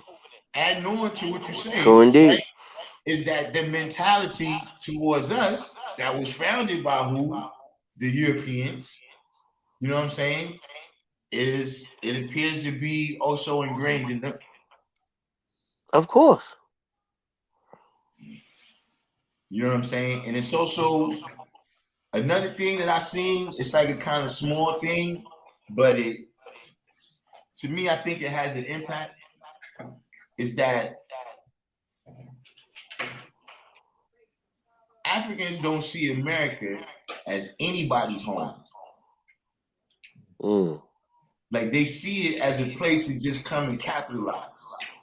Shit, come up. Send See it what I'm back to the saying? land. So they don't really care about whatever told. See, like for instance, right? I tell you, like, see, I don't get in that conversation because, see, you can tell me all that academic shit you want. There's some shit that's facts. The reason you see all Africans on 125th Street selling shit is because they came out here to cut their brother's throats. I'm not saying they came out here to do that, but that's what they did. They didn't come out here and say, okay, yo, the brothers, y'all got things established a certain way, so yo, we're gonna come in and be partners with y'all. They came in and said, okay, you selling it for $10, we selling it for $5. And see what it is now we've built up a standard, right, of our life. We've built up a standard of respect from the colored man of what he know he got to give us. You see what I'm saying? You destroyed all of that because you didn't need that, because your standard was lower. God, can I interject 1 second? At the second Million Man March, right? Because I went to the first Million Man March, and I said, you know what? I'm never going to be in a place with this many people again and not sell nothing. So I went to the second. I went to the second Million Man March in D.C. And I think this is around '98, something like that. And I got a bunch of movies, right? Selling movies. That's when I used to sell movies. And I'm like, yeah, I'm about to break them. You know what I'm saying? I'm selling this. A lot of color people out there. They come in, they buy my movies, $10. I ain't taking no shorts. This African brother set up shop next to me, and he started selling the same movies I'm selling for understanding dollars. Yeah. So I know what you're saying, and yes, I ran him from amongst me. I physically threatened him. I took him to the side and I said, yo, if you don't get the Father UC King out of here right now, I'm going to beat you to a pulp. And he bounced. Listen, and that's exactly, they used to do it just like that. Like, not like they try to open up on the other side of town. Right next to you. They would open up right next to the brothers. And see, right. this is why I recall it so well.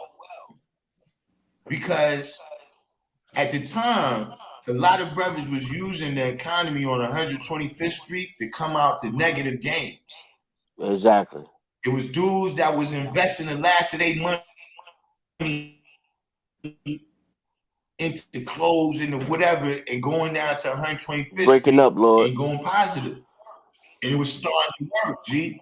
They remember when Born Life and them was all out there with the t-shirts in front of the Apollo and all that? People was getting money out there. People was paying rent money and everything. True indeed. See, now, you know, and this is not to make fun of them, but I'm just saying that's the reality. See, a lot of these Africans, right? They living in these apartments 8, 10 deep. They pool their resources. So they don't have the same expenses. Exactly. That we have. So yeah, you could go out there and sell this thing for $3, right? And come back with $30 and you good. Whereas you thinking, yo, this is something, you know, I get this money now. I got the boom. I got something to get the kids school clothes or whatever it might be. Right. See what I'm saying? I took my family to Disney World twice on the hustle, guy. You see what I'm saying? No other outside money. You see what I'm saying? So right. And see, now a person can't do that because of what they came and did to the business. They destroyed the game, guy. So see, a lot of things that, you know, I go in these rooms and they be talking about the academic, yo, well, there's this many black people in Harlem and only this many is African. So how could you say they had that impact? Nigga, because I saw them have that impact. You right there. You know what I'm saying? How can I say that? I don't care about your statistics. I saw them in many ways come in and destroy what brothers had so they could get something. And now they won't. And not only that, but with inferior products. They go in their store, they won't give you no play. With inferior products. That's another thing. On top of it. Them and the Chinese is in partnership to sell crap in the goddamn hood. Yeah. Them and the Chinese is in partnership. That's where they get that shit from, the Chinese. Right. And that hurts the whole hustle game. When somebody's work is whack on the block, then you're lumped into that. You know what I mean? No matter if you have the real deal. That's why they selling them plastic bag dashikis with the hoods on them. You see what I'm saying? So at the end of the day, it's like, yeah, these things, here's the thing. You can have this overarching idea of Pan-Africanism, but when the people actually come together, see, one thing we discovered is this. We really like each other. You know what I'm saying? We don't really, like, you know, it's all a great idea that if we came back in tune with our brothers, man, you know, like the Roots movie or whatever and shit, that shit, because some don't really like them niggas. They don't really like us. And then But what's since more we've than been that, gone, look, we don't like all of us. that's a fact. It's the same thing. And they don't like all of them. Right. You know what I'm saying? Because of what they've been going through. Just like, you know, we had Crips and Bloods and we had various things going on over there. Like one sister was talking about, she was from the Yoruba nation or whatever, right? She was talking about how in Nigeria they got the ethnic group called the Fulanis. She said the Fulanis have been oppressing Yorubas and other ethnic groups in Nigeria for a very long time. And she said that there's no way that you're gonna tell me that a person that will cut a baby out of a mother's stomach and stomp Right. it on the ground is my Right. brother. Right. Does that not sound familiar? No, that's real, God. And it's over religion, European religion. That's why I So said in my statement, there's nobody more colonized on the planet than the continental African at large. Now, not every single one of them, but listen, God, they the hardest Christians. I just seen a few months ago. But did y'all see like this white man look like the painting of Jesus, the Leonardo da Vinci painting? And he walked into Africa and they was kissing his feet and all this other crazy stuff. yeah, because they got white Jesus all over Africa. That's what I'm saying, God. That is ridiculous, God. That's ridiculous. That's ridiculous. that's And he was on And they some being like taught that. he was like, yo, get off me. What are you doing? I ain't who you think I am. Crazy, God. you know, but You know what I look, mean? But at the end of the day, listen, the devil. And I was building with Salik about this earlier. Umar told me this. say you wait till tomorrow, man. Umar told me this. He said, to Man, I'm be about to God. give you a cut today, man. You been waiting for you forever, man. He said, to be God, you have to be a scientist, right? So when you see the average European person that's not dealing with the science, right? We know biochemically and genetically who they are. But until they enact that at a high level of devilishment, those are the ones that are contrary to what we are as being God. Because they literally have people, their job is to scientifically destroy us in many ways, shape, and form. And That's you a know, fact. some of the stuff we can't talk about it right now because we don't want to get a strike. But you see what's going on. You know what I Man, mean? I tell you, that history of Haiti is an eye opener for real, God. Yeah, Go that's break peace. that I'm joint gonna get down. it more into that. Yeah. Yeah, that whole breakdown. Yo, do you know that Citibank, right? Citibank is one of the oldest of Haitian debt. They was one of the owners of Haitian debt. They Mm. became, by taking over Haitian debt from the French and keeping Haiti destabilized, they became one of the richest banks in America, right? They was Wow. the it was New York, it was something New York City something bank. But then Citibank was one of the main banks to first put the money in the Federal Reserve. Mm. Yo, There's a a lot of treaty these too. big companies is thoroughly ingrained in African destruction, like Unilever, Dove Soap. They were one of the ones who founded Nigeria. There's a treaty too that is I'm here spoken a lot from Haiti that you know, I think it's one of the biggest things, you know what I'm saying, that stunted their growth is that you know, the history, the Haitians had the numbers on the island, right? The British and the Americans formed a blockade to keep the French out, the ships. So then they signed a treaty that Haiti could only do international deals with America and England. So just like you're saying, with all those different resources that's been being siphoned out of the country by American companies, you know what I'm saying? It's from that. You know what I mean? The French people, of course, see, they lost the wars to get out, right? But you know, even just like with the Revolutionary War and the Civil War, everybody didn't lose their business interests. You understand what I'm saying? The business interests remained, just the entity that was administering on the land changed. They didn't get out of debt till 1947.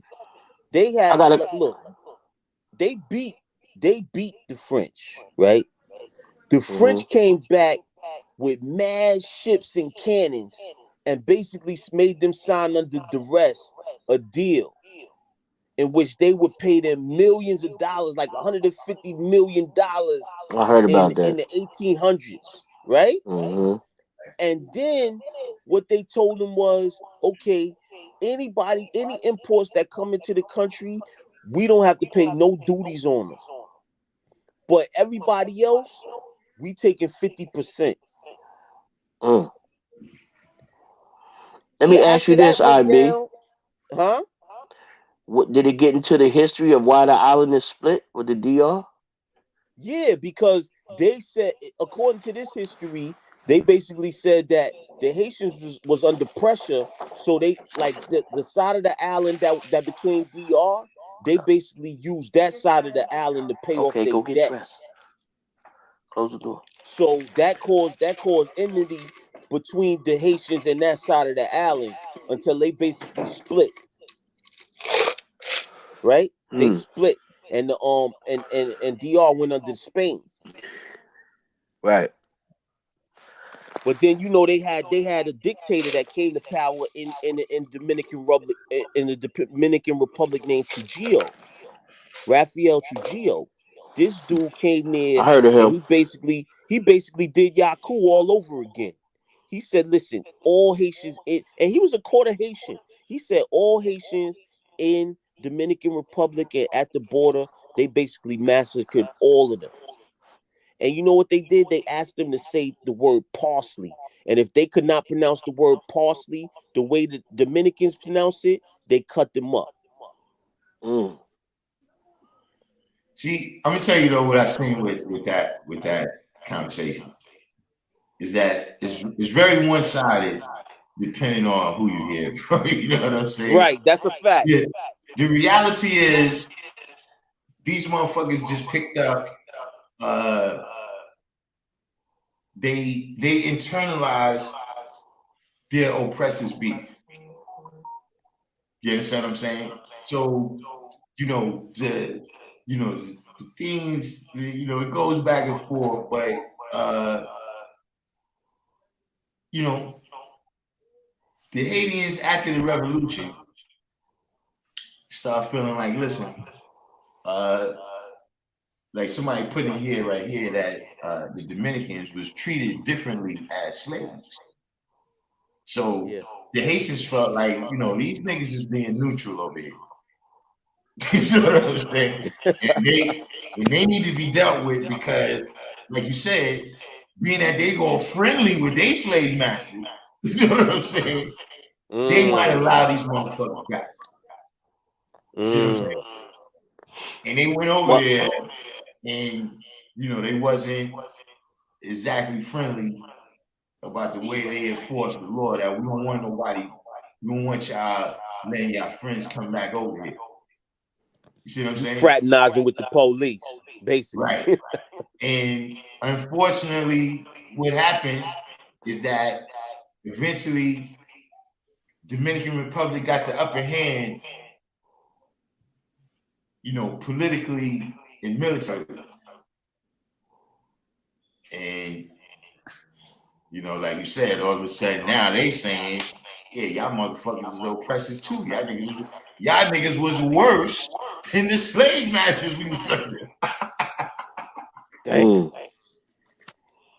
I've been to the DR, and the entire staff of the resort that I stayed on was my complexion and darker. It was nobody like. I was building with some of them, and the thing that I discovered, like a lot of these Dominican baseball players, so called, they really Haitian. Mm. You know what I mean? Because many of them And go back to a common ancestor anyway. Like they always talk about how abuela, which is grandma in that back room, she indeed, Haitian. right, You know what I'm right, saying? But right. right now they trying to. Tariq What the Nasheed Trump was talking always say about, build that. that wall. They trying to build the wall right now. Oh, I didn't know that. Word. Actual fact. Wow.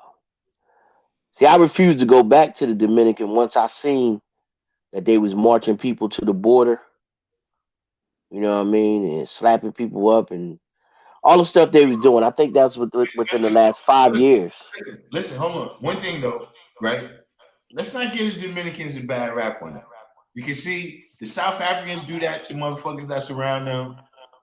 You know what I'm saying? The Mexicans do that to the El Salvadorans. To the point where that shit is so prevalent everywhere else that when motherfuckers start talking to us about why we don't let the immigrants in, no nigga, why you didn't let them in? Why you ain't letting them stay in Mexico?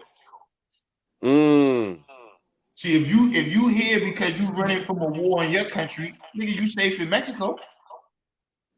Who in your country is gonna go in Mexico? So that's why you know it's a fucking game.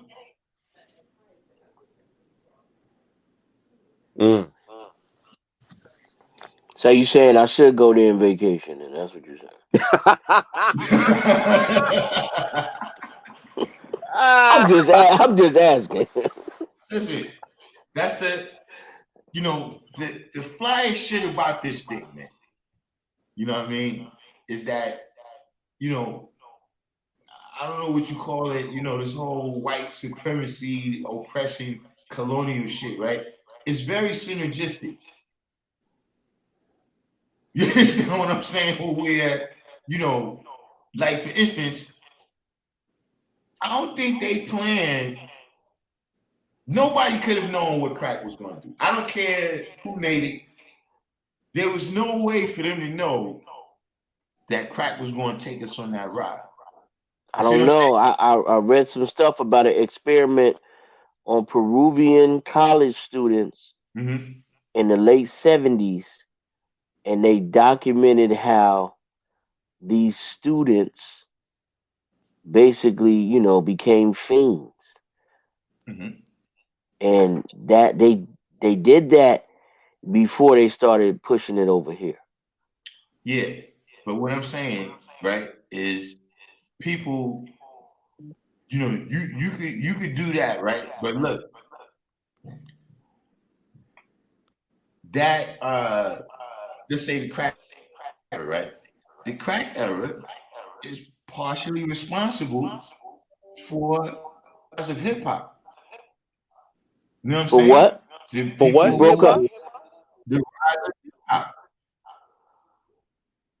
Yeah, in styles, certain aspects, I can see that. Yeah. listen, For what from though? the I ain't catch style. that. The rise of hip hop. Let me illustrate what I'm saying. From the styles that the rappers started wearing, right, all the way to who was buying those albums. See, that's the reason why Nas don't sell like he used to, because people in the projects ain't getting that kind of money. See, the people who's blowing now is because the people who identify with them is getting money. So you Well, will see. let me say something about that though. If you're past gold, your core audience is white. That's period. Yes, sir. That came at a certain point. That was when the sales, like when Nas and them first was out, if they sold 1 million copies, they sold about 700,000 in New York, about 200,000 in LA, and then the rest of the country was direct. See, at that time, I'm talking about when everybody had rims, cars, boom boxes, all of that type of stuff. It was the people who was moving. Like, who else is going to the rooftop, guy? Who's going to these shows? It's people that got money. But let me say this though, God. The rooftop was an iconic spot, but every major city in the United States with a population of original people had their own rooftop. Right. And who was in there, I'm saying? It was us. Drug dealers. That's what I'm saying, guys. It's the drug dealers, guy. The Harlem International. When you start having clubs, first of all, remember, one of the things that came with the rise of hip hop was I'm not debating that at all. if you got hip hop clothes on, you got to spend more money. That's one of the things that rose sneakers up in New York, is that there used to be clubs that if you had sneakers on, you had to pay $100 automatically. Right. And dudes started showing up with sneakers because chicks knew if you had sneakers on, you had money because you paid $100 to get in here. Listen, from me touring around the country, $80, $90 just getting in here. So that was one of the things that led to the rise of sneakers. And one of the reasons why you see a lot of this nerdy music on right now is because it's the nerds that work at these technological companies that got the money to support, to buy merchandise, to buy albums, to go to shoot the stores, to buy cars where they stream your music on their satellite radio. All of that's where the economics come from. You see what I'm saying? Just like you could have an area where everybody over there smoke crack, right? But the crack dealers over there don't got that much money because the town is poor. But when you look at them towns like DC, they produce so many big drug dealers there because even if you a janitor for the federal government. So the level of money you make and the benefits, the amount of things you can go through before you lose your job, right, is much more down there than if you in some, hole over here where it's like, yeah, you got a drug dealer, you making a little bit of money, but you know how it happened. Niggas from New York come out there and wash him out the game. You know what I mean? He don't know what he's doing. Well, I'm gonna say this, guy. From my experience from touring all around this country, with poor righteous teachers, with Arrested Development, with various members of the Wu, specifically Old Dirty, most of the time, every town, the dynamics are virtually the same. Yeah, but see, guys, you coming at a much later time than what I'm saying.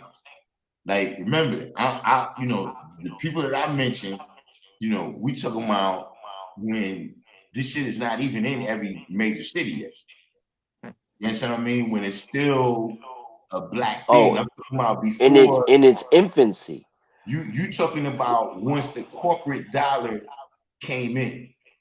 You know what I'm saying? At that time, Run DMC, LL Cool J, the Beastie Boys probably could say they had, mostly white people as they clientele. You know what I'm saying? I don't think KRS-One, Coogee Rap, the people that we look at as the best, even the Big Daddy Kane, like even when you see, white people and they, look, so white people, old school rapper is Tupac.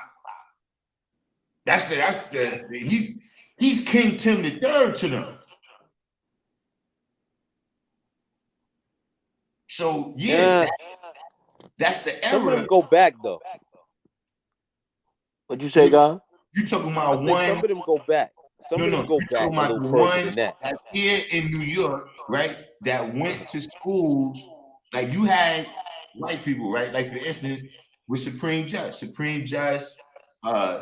Slick Rick, Dana Dane, all of them went to who's that school that they made the movie Fame about? The Performing Arts School. Yeah. They all went there, right? Right. Now, when they was there, you know who else was there? Cockroach was there. Search from Third Base. Okay. You see what I'm saying? So yeah, when those type of ones like that grew up and they eventually, that's kind of how hip Come hop in. got. Come in. You know what I'm saying? In terms of Here's your shirt. you had white individuals who knew how to Go work find a shirt. the You're world not resting and without no shirt understood on. that, listen, if I can expose As I this said, so go music tell your mommy good night after you white get a shirt kid, on. And right? I'll tuck you in. It's going to explode. They're going to love it. And that's where your Rick Rubens come in at, and your Leo Cohens, because they knew how to translate it over to them. But I'm saying that, you know, that the system the way it was is still the people who went over the top was the people who had the white clientele. You know what I'm saying? The people who, you know, like I don't think the Locks got a lot of white They got clientele. some. They do have some. Yeah, everybody got some But they're because not traditionally a gold selling artist either. right. But what I'm saying is that you're talking about a later time. Like remember, in around 1993, 1994, hip hop started becoming the mainstream culture, as opposed to you know, just a subculture in the country. So yeah, you're gonna see all types of white people now. You know what I'm saying? You're gonna see them being rappers. You know, whereas, you know, that was something that, you know, at one time that was like, you know, seeing a 5'1" person in the NBA or something. You know what I'm saying? Where this sticking out like a sore thumb. You know what I'm saying? At the end of the day, right? If it wasn't for those you know, people who was able to, you know, look, how a lot of them DJs got the equipment, how a lot of them rappers got their deal. You know what I'm saying? How they started out making their demos, man. Everybody from Jay-Z, son, a lot of them, Nas put it in his record. Niggas Drug take dealer. their drug money and market it into rap. Right. So in so many different ways, you know what I'm saying? I'm saying that the drug game was part of what gave rise to the hip hop. You know, not Let what me ask you this though. made it, but what gave rise to it as a commercial entity. Let me ask you this though. In the 80s, a generation before the 90s, right?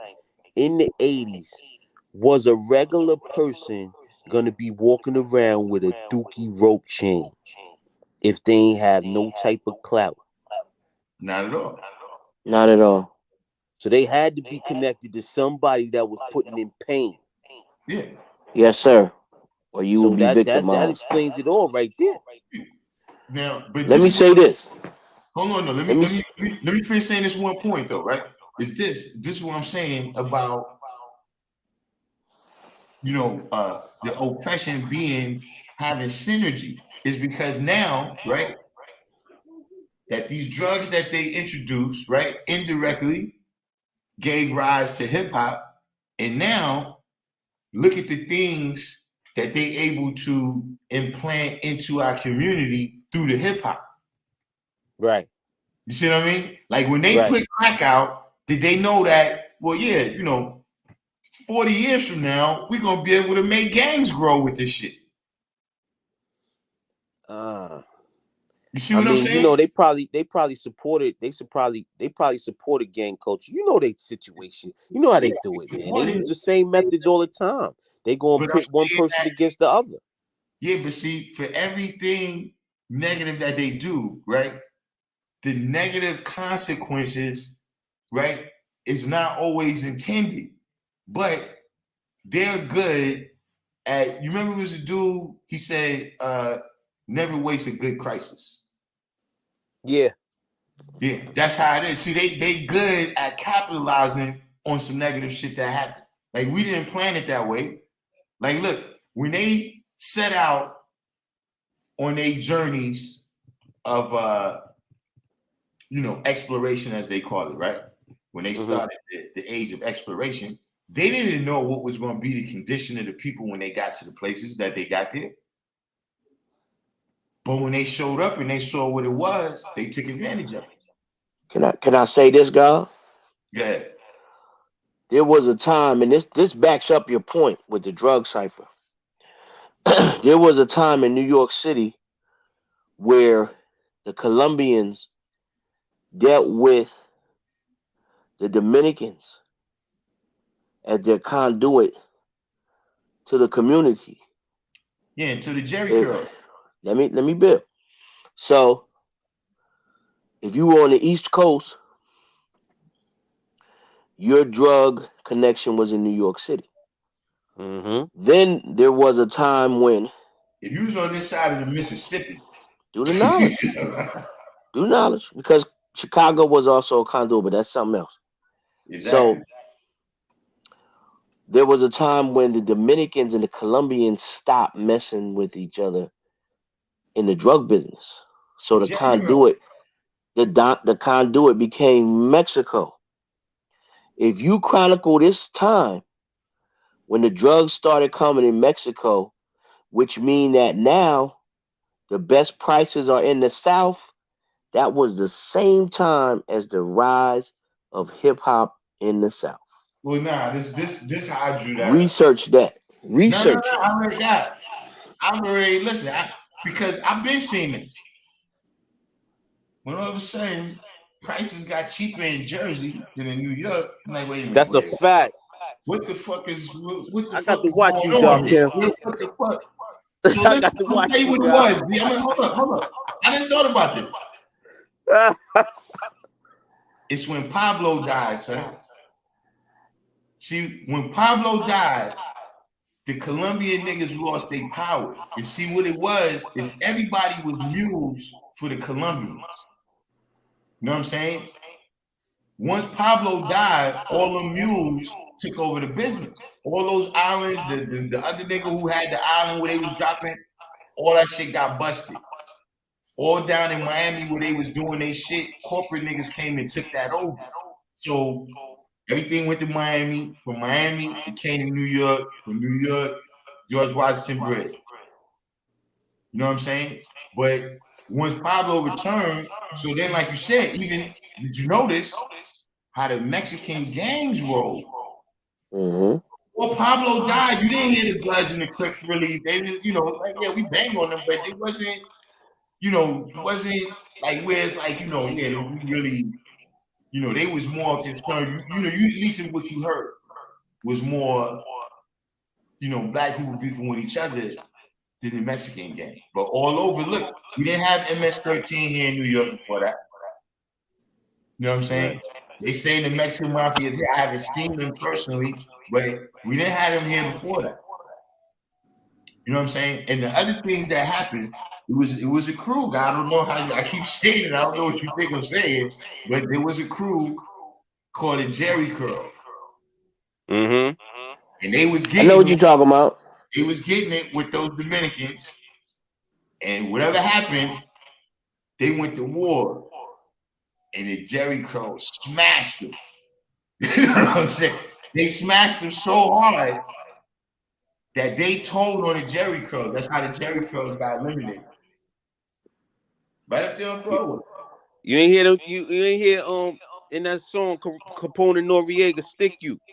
He said Jerry Curl, the Dominican that sell crack as I think back. Transform. No doubt. Remember that song? No doubt. Yeah. Yo, I gotta go though. Peace to the gods, man. Yeah, Good bill. Hey God, where you from, God?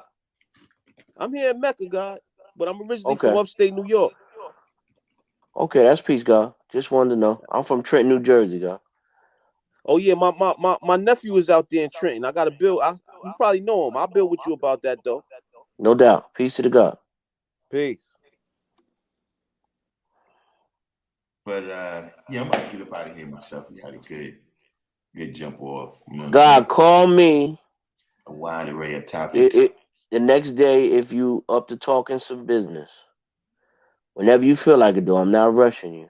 All right. Well, yeah. Right now, I'm in the midst of the action. We get everything together for the Sean crew. You know what I'm saying? Between the plans we got to make for that, That's gonna be a live event. Well, supposedly next week they reducing down all of the Right. so we gearing up for that. You know what I'm saying? That's how we looking at it. Is that all the mandates should be going. So we Yeah. trying to get events. We Keep me got in tune. Keep me in tune with all that. I need to know. I'm gonna bring my family, those who yeah, want to come. yeah. We got But the definitely me and the queen and the little god, we gonna come. the God on the bar. God on the bar. We bring the pull up bar out for the kids. We got the boxing is already there. I'm pretty sure it's usually they go to a movie. I don't know if they was able to go last year because of The mandates. yeah, but so they get the movie, but yeah, we gotta get the kids events together. I'm not cooking this year. Mm. So this just gonna be like a backyard situation. Nah, that's what we trying to plan right now. Like, what I'm saying? If we can't get back in the Harriet Tubman, you know what I'm saying? We gotta try to get another location this year so we can get back to the performances and everything. Try and have some other events outside and everything, but it's everything right now is in the planning stages. You know what I'm saying? Nothing is concrete yet. You know what I'm saying? I'm just, like I was telling the brothers, I got to go home and burn some incense and shit because I had to go down to the precinct and shit to find out. You see, this 5% shit. See, if I would have had to do shit like this as a young guy, y'all wouldn't have Darkim MC. But fortunately, I was fortunate enough to make it to a point where, I can see the light on that of, what has to be done. But I'm still gonna burn those incense. No doubt. Like I said, once you get yourself together and let's build. And that's it. I'll send you the EP though. All right, no doubt. Just in the form of, song by song, not what I'm saying. All right. But that's peace, man. And just settle in, man, get yourself together and we'll build. INFMEGA bounced? Yeah, you know. All right, that's what it is. All right, God. I'll be in tune. All right, man. Peace. Peace, everybody. Peace. So yeah, once again, like I said, we back. Hopefully I'm in the final stages of this grief process or whatever this is going on with me. But we back in action. As long as we back in action, we still know who we are. We rocking. So meantime, in between time, we're gonna say peace. The next thing I'm gonna do is get that the stream from the Schomburg up. I was gonna do it last night, but I wanted to do it at a good time. I'm gonna try to do it tomorrow. Well, today's Wednesday, all right. So yeah, let's just wait till Friday. You know what I mean? We stepped on Sunya's toes last week, doing a live on his day. So we're gonna wait till Friday, and then I'm gonna post, at the regular time, 7:00. The live stream from the Schomburg is gonna go up.